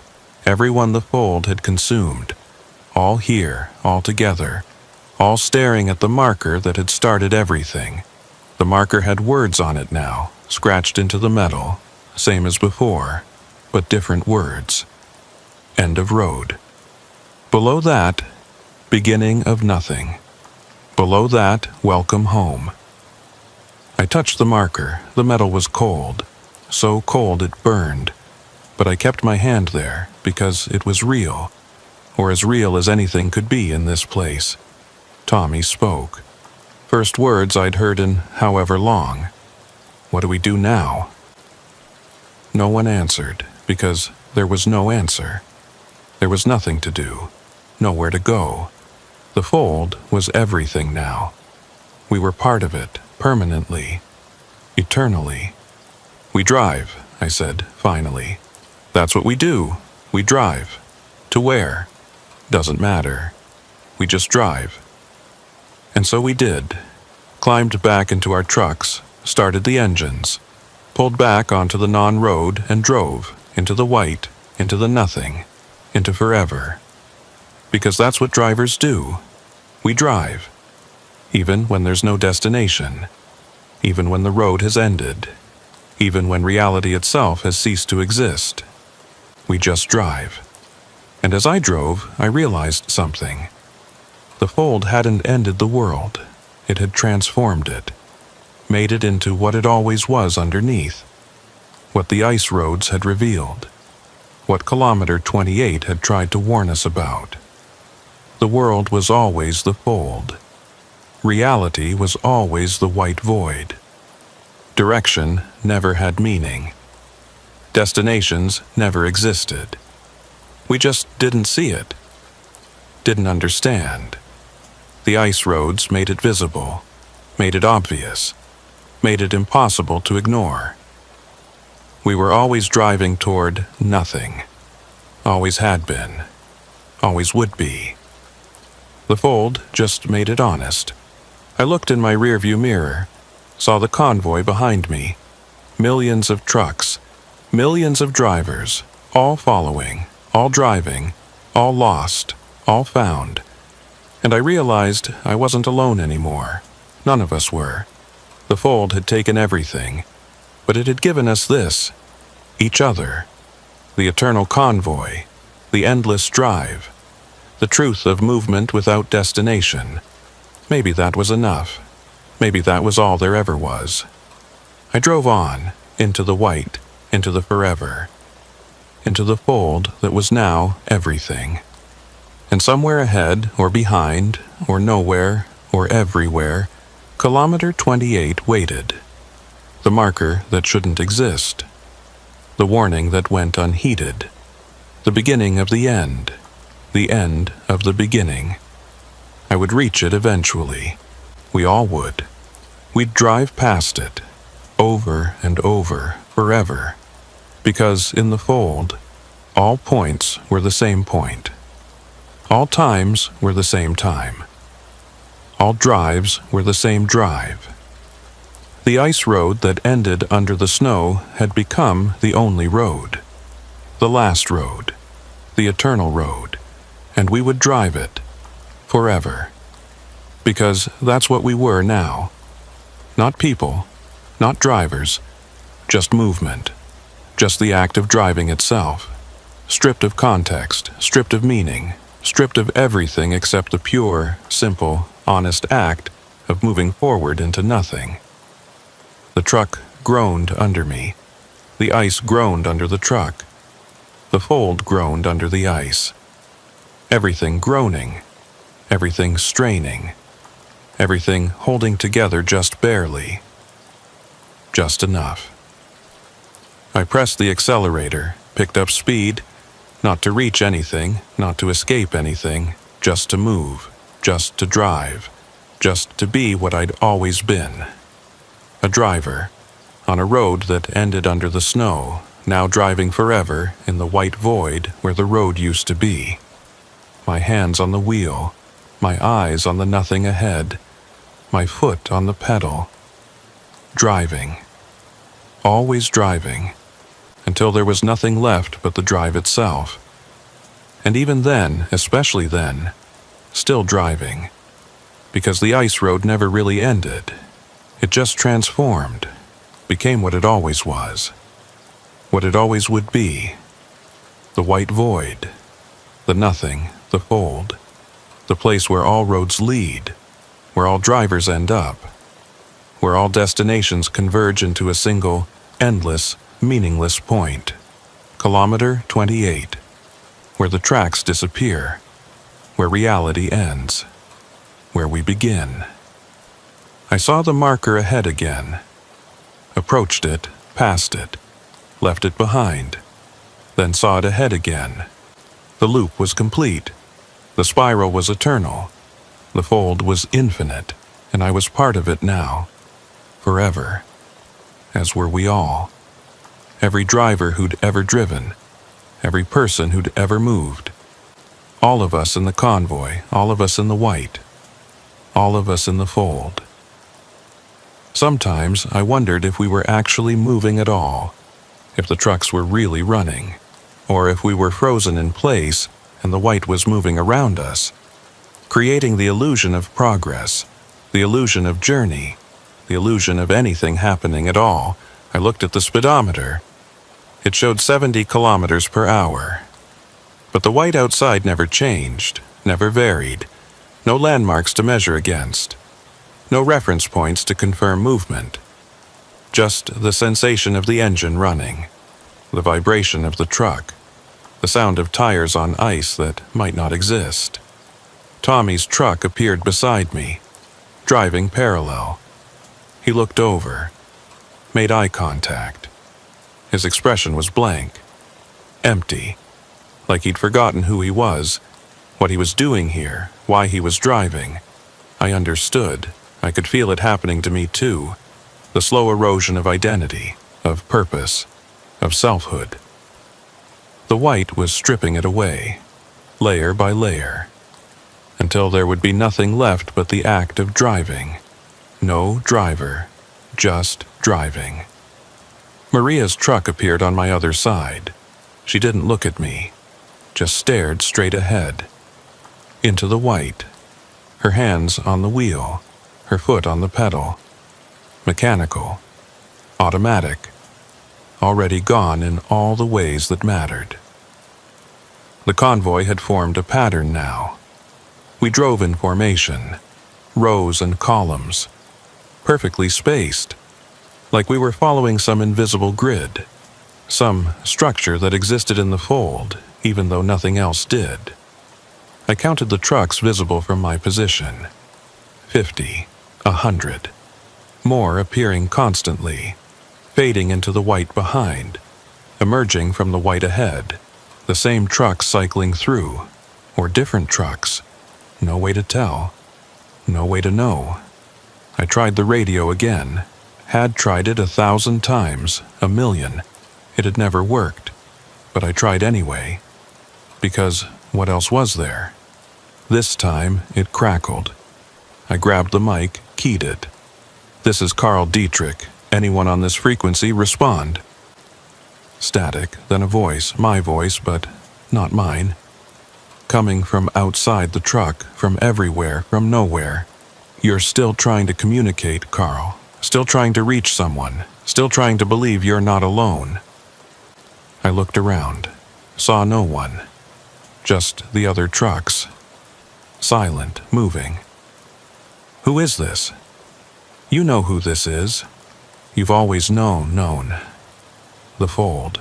If you need a name, if names still mean anything to you. What do you want?" "Want? I don't want. I don't need. I just am. And now you are too. Part of me. Part of this, part of the everything that became nothing." I set the mic down. Didn't want to hear more, didn't want to engage with it, with the intelligence, if that's what it was, that lived in the white. But the voice continued anyway. Not through the radio now, just in my head, or maybe in the air itself. The Fold speaking directly to consciousness, bypassing the need for sound. "You think you're trapped. You think this is punishment, prison, hell, but it's not. It's liberation, freedom from the tyranny of destination, from the lie of progress, from the illusion that movement means anything. This isn't liberation. This is erasure. Same thing. You just haven't accepted it yet. But you will, eventually, when enough time passes, when enough of you dissolves into the white, when you forget what it was like to be Carl Dietrich and become just another part of the Fold, just another driver on the endless road." The voice faded, left me alone with my thoughts, with the sound of the engine, with the endless white. I tried to remember things, specific things. My wife's name. I'd been married once, long time ago, before the ice roads, before everything. What was her name? I couldn't remember. The knowledge was gone, erased, consumed by the Fold. I tried to remember my childhood, growing up somewhere warm, somewhere with trees, with grass, with color. What was it called? Where was it? Gone. All gone, just white. Just the truck, just the driving. How long had I been here? 23 years, I thought. But that didn't feel right. Felt like longer. Felt like forever. Felt like I'd always been here. Had never been anywhere else. Would never be anywhere else. The truck in front of me stopped. Suddenly. Without warning. I hit the brakes. My truck slid on the ice. Almost hit the stopped vehicle. Stopped inches from its bumper. I waited, engine idling, expecting the truck to move, to continue, to resume the eternal convoy. It didn't move. I climbed out, walked to the driver's door, looked up at the window. It was frosted over, completely. No visibility into the cab. I climbed up on the step, tried the door, locked. I knocked on the window 3 times. No response. I wiped the frost away with my glove, looked inside. The cab was full of snow, completely full, packed solid, snow filling every space from floor to ceiling, pressed against the windows from inside, like the truck had been buried, consumed, filled with the white, but the engine was still running. I could hear it, feel the vibration. The truck was alive, but its interior was dead. Frozen. Filled. I climbed down, walked back to my truck, got in, pulled around the stopped vehicle, continued forward. Other trucks were stopped now, scattered across the white, some with their doors open, some with snow pouring out, some completely buried, just shapes in the white, becoming part of the landscape. part of the fold itself. The convoy was collapsing, dissolving. Truck by truck, driver by driver. We were being absorbed, integrated, made one with the white. I drove faster, trying to outrun it, trying to stay ahead of whatever was happening. But I knew it was futile.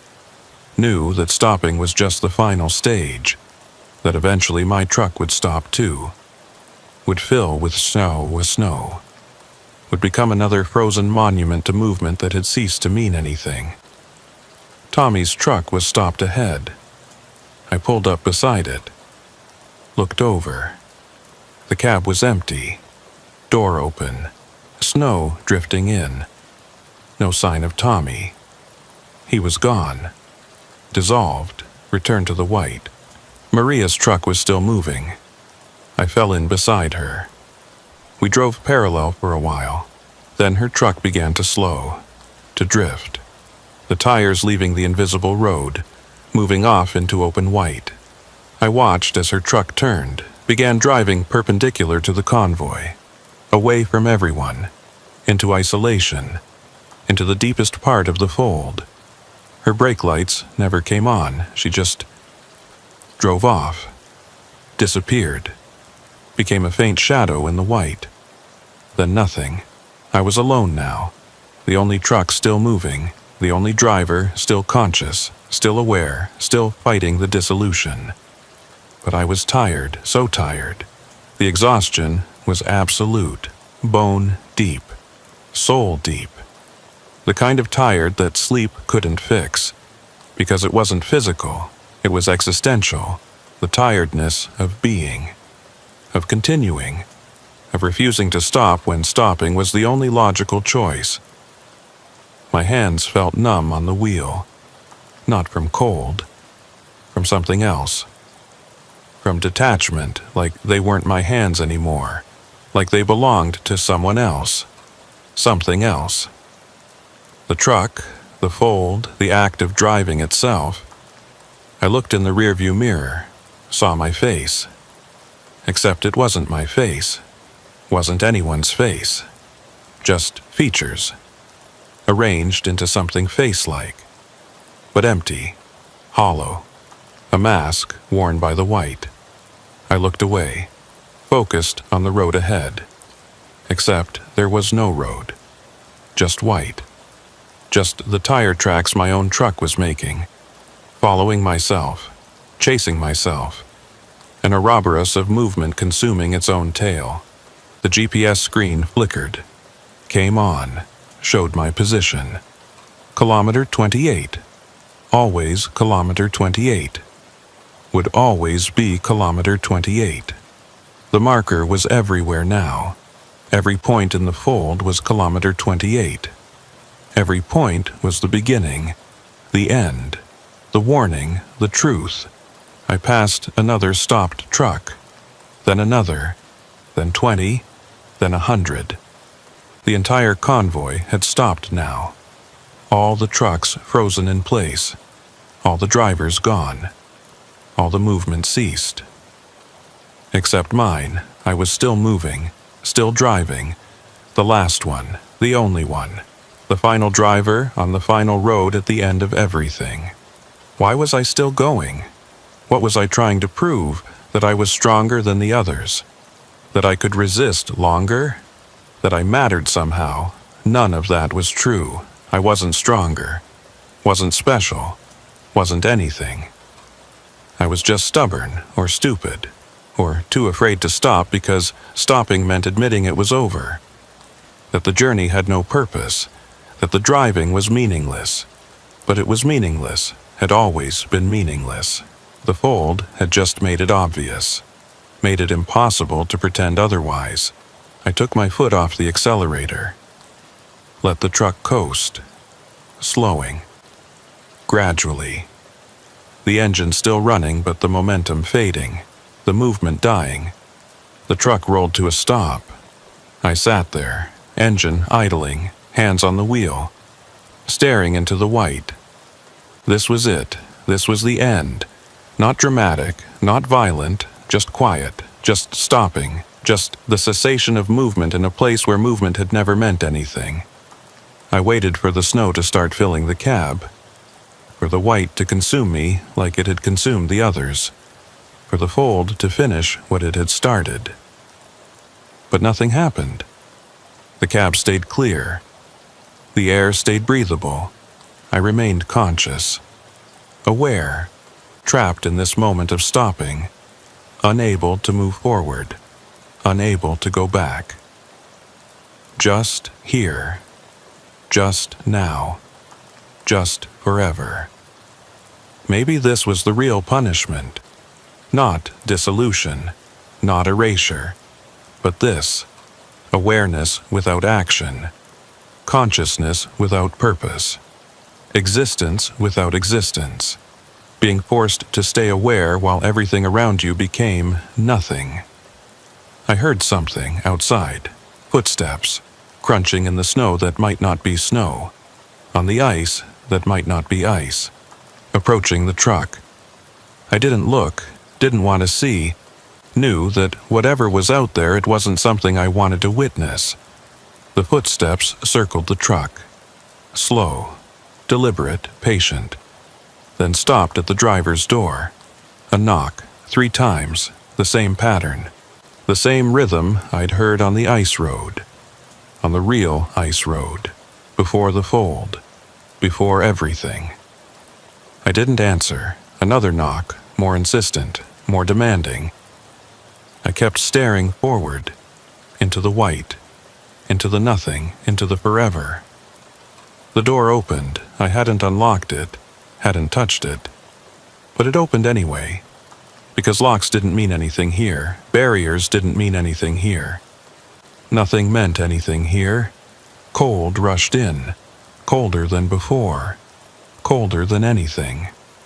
The cold of absolute zero, of entropy, of heat, death. The cold at the end of the universe, at the end of all universes.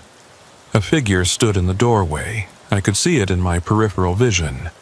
Didn't want to look directly, didn't want to confirm what it was, but I knew, had always known. Since the tracks first disappeared at kilometer 28, since I first entered the fold, since I first understood what this place was. The figure was me, another me. But not the duplicate from before. This was different. This was what I was becoming. What I would be. What I already was in some parallel version of time that existed simultaneously with now. It was made of white, solid white, human-shaped but not human. A sculpture of void given form. A hole in reality wearing my face, my body, my identity. It reached toward me. The hand was white, featureless, cold beyond cold. "Stop fighting," it said. My voice, but not my voice. Words formed from silence, meaning created from nothing. "I'm not fighting," I stopped. "No. You're still here, still aware, still Carl Dietrich. That's fighting. That's resistance. That's refusing to accept what you've become. What have I become? Nothing. Everything. Part of the fold. Part of the white. Part of the eternal now that has no past and no future. Only present. Only this. Only here." The white hand touched my shoulder. The cold sank through my coat, through my skin, through my bones, through whatever remained of my core, myself, my soul. I felt it dissolving, not painfully, just fading, like fog burning off in sunlight. Except there was no sunlight here. Would never be sunlight here. Just the white, just the cold.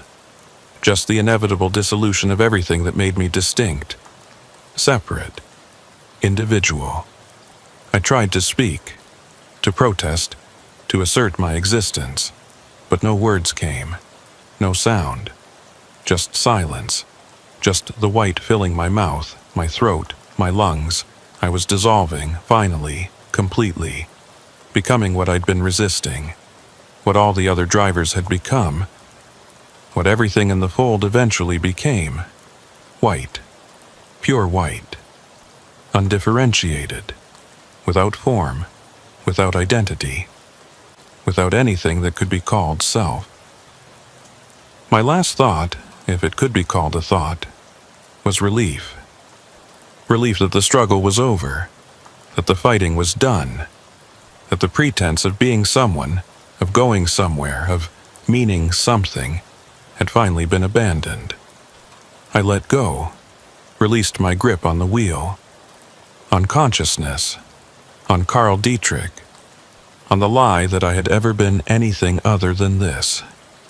Movement without destination, journey without arrival, driving without driver.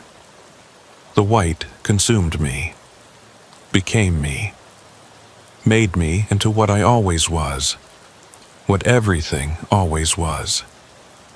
Underneath the illusion of form, underneath the pretense of identity, underneath the lie of existence itself, and somewhere, everywhere, nowhere, the ice road continued, not the real ice road. That was gone, had been gone, would always be gone. But the idea of it, the essence of it, the truth of it, a road that ended under the snow, that never began, that never ended, that just was, forever, eternally, in the white void where all roads led, where all journeys concluded, where all destinations revealed themselves as mirages, as lies, as comfortable fictions we told ourselves to justify the movement, to explain the driving, to give meaning to the meaningless. But there was no meaning, there never had been, there never would be. Just the white, just the fold, just the eternal present where nothing happened, and everything happened, and it didn't matter which, because happening and not happening were the same thing. I was the white now, was the fold, was the ice road that ended under the snow, was kilometer 28, was the warning, was the truth, was everything and nothing simultaneously.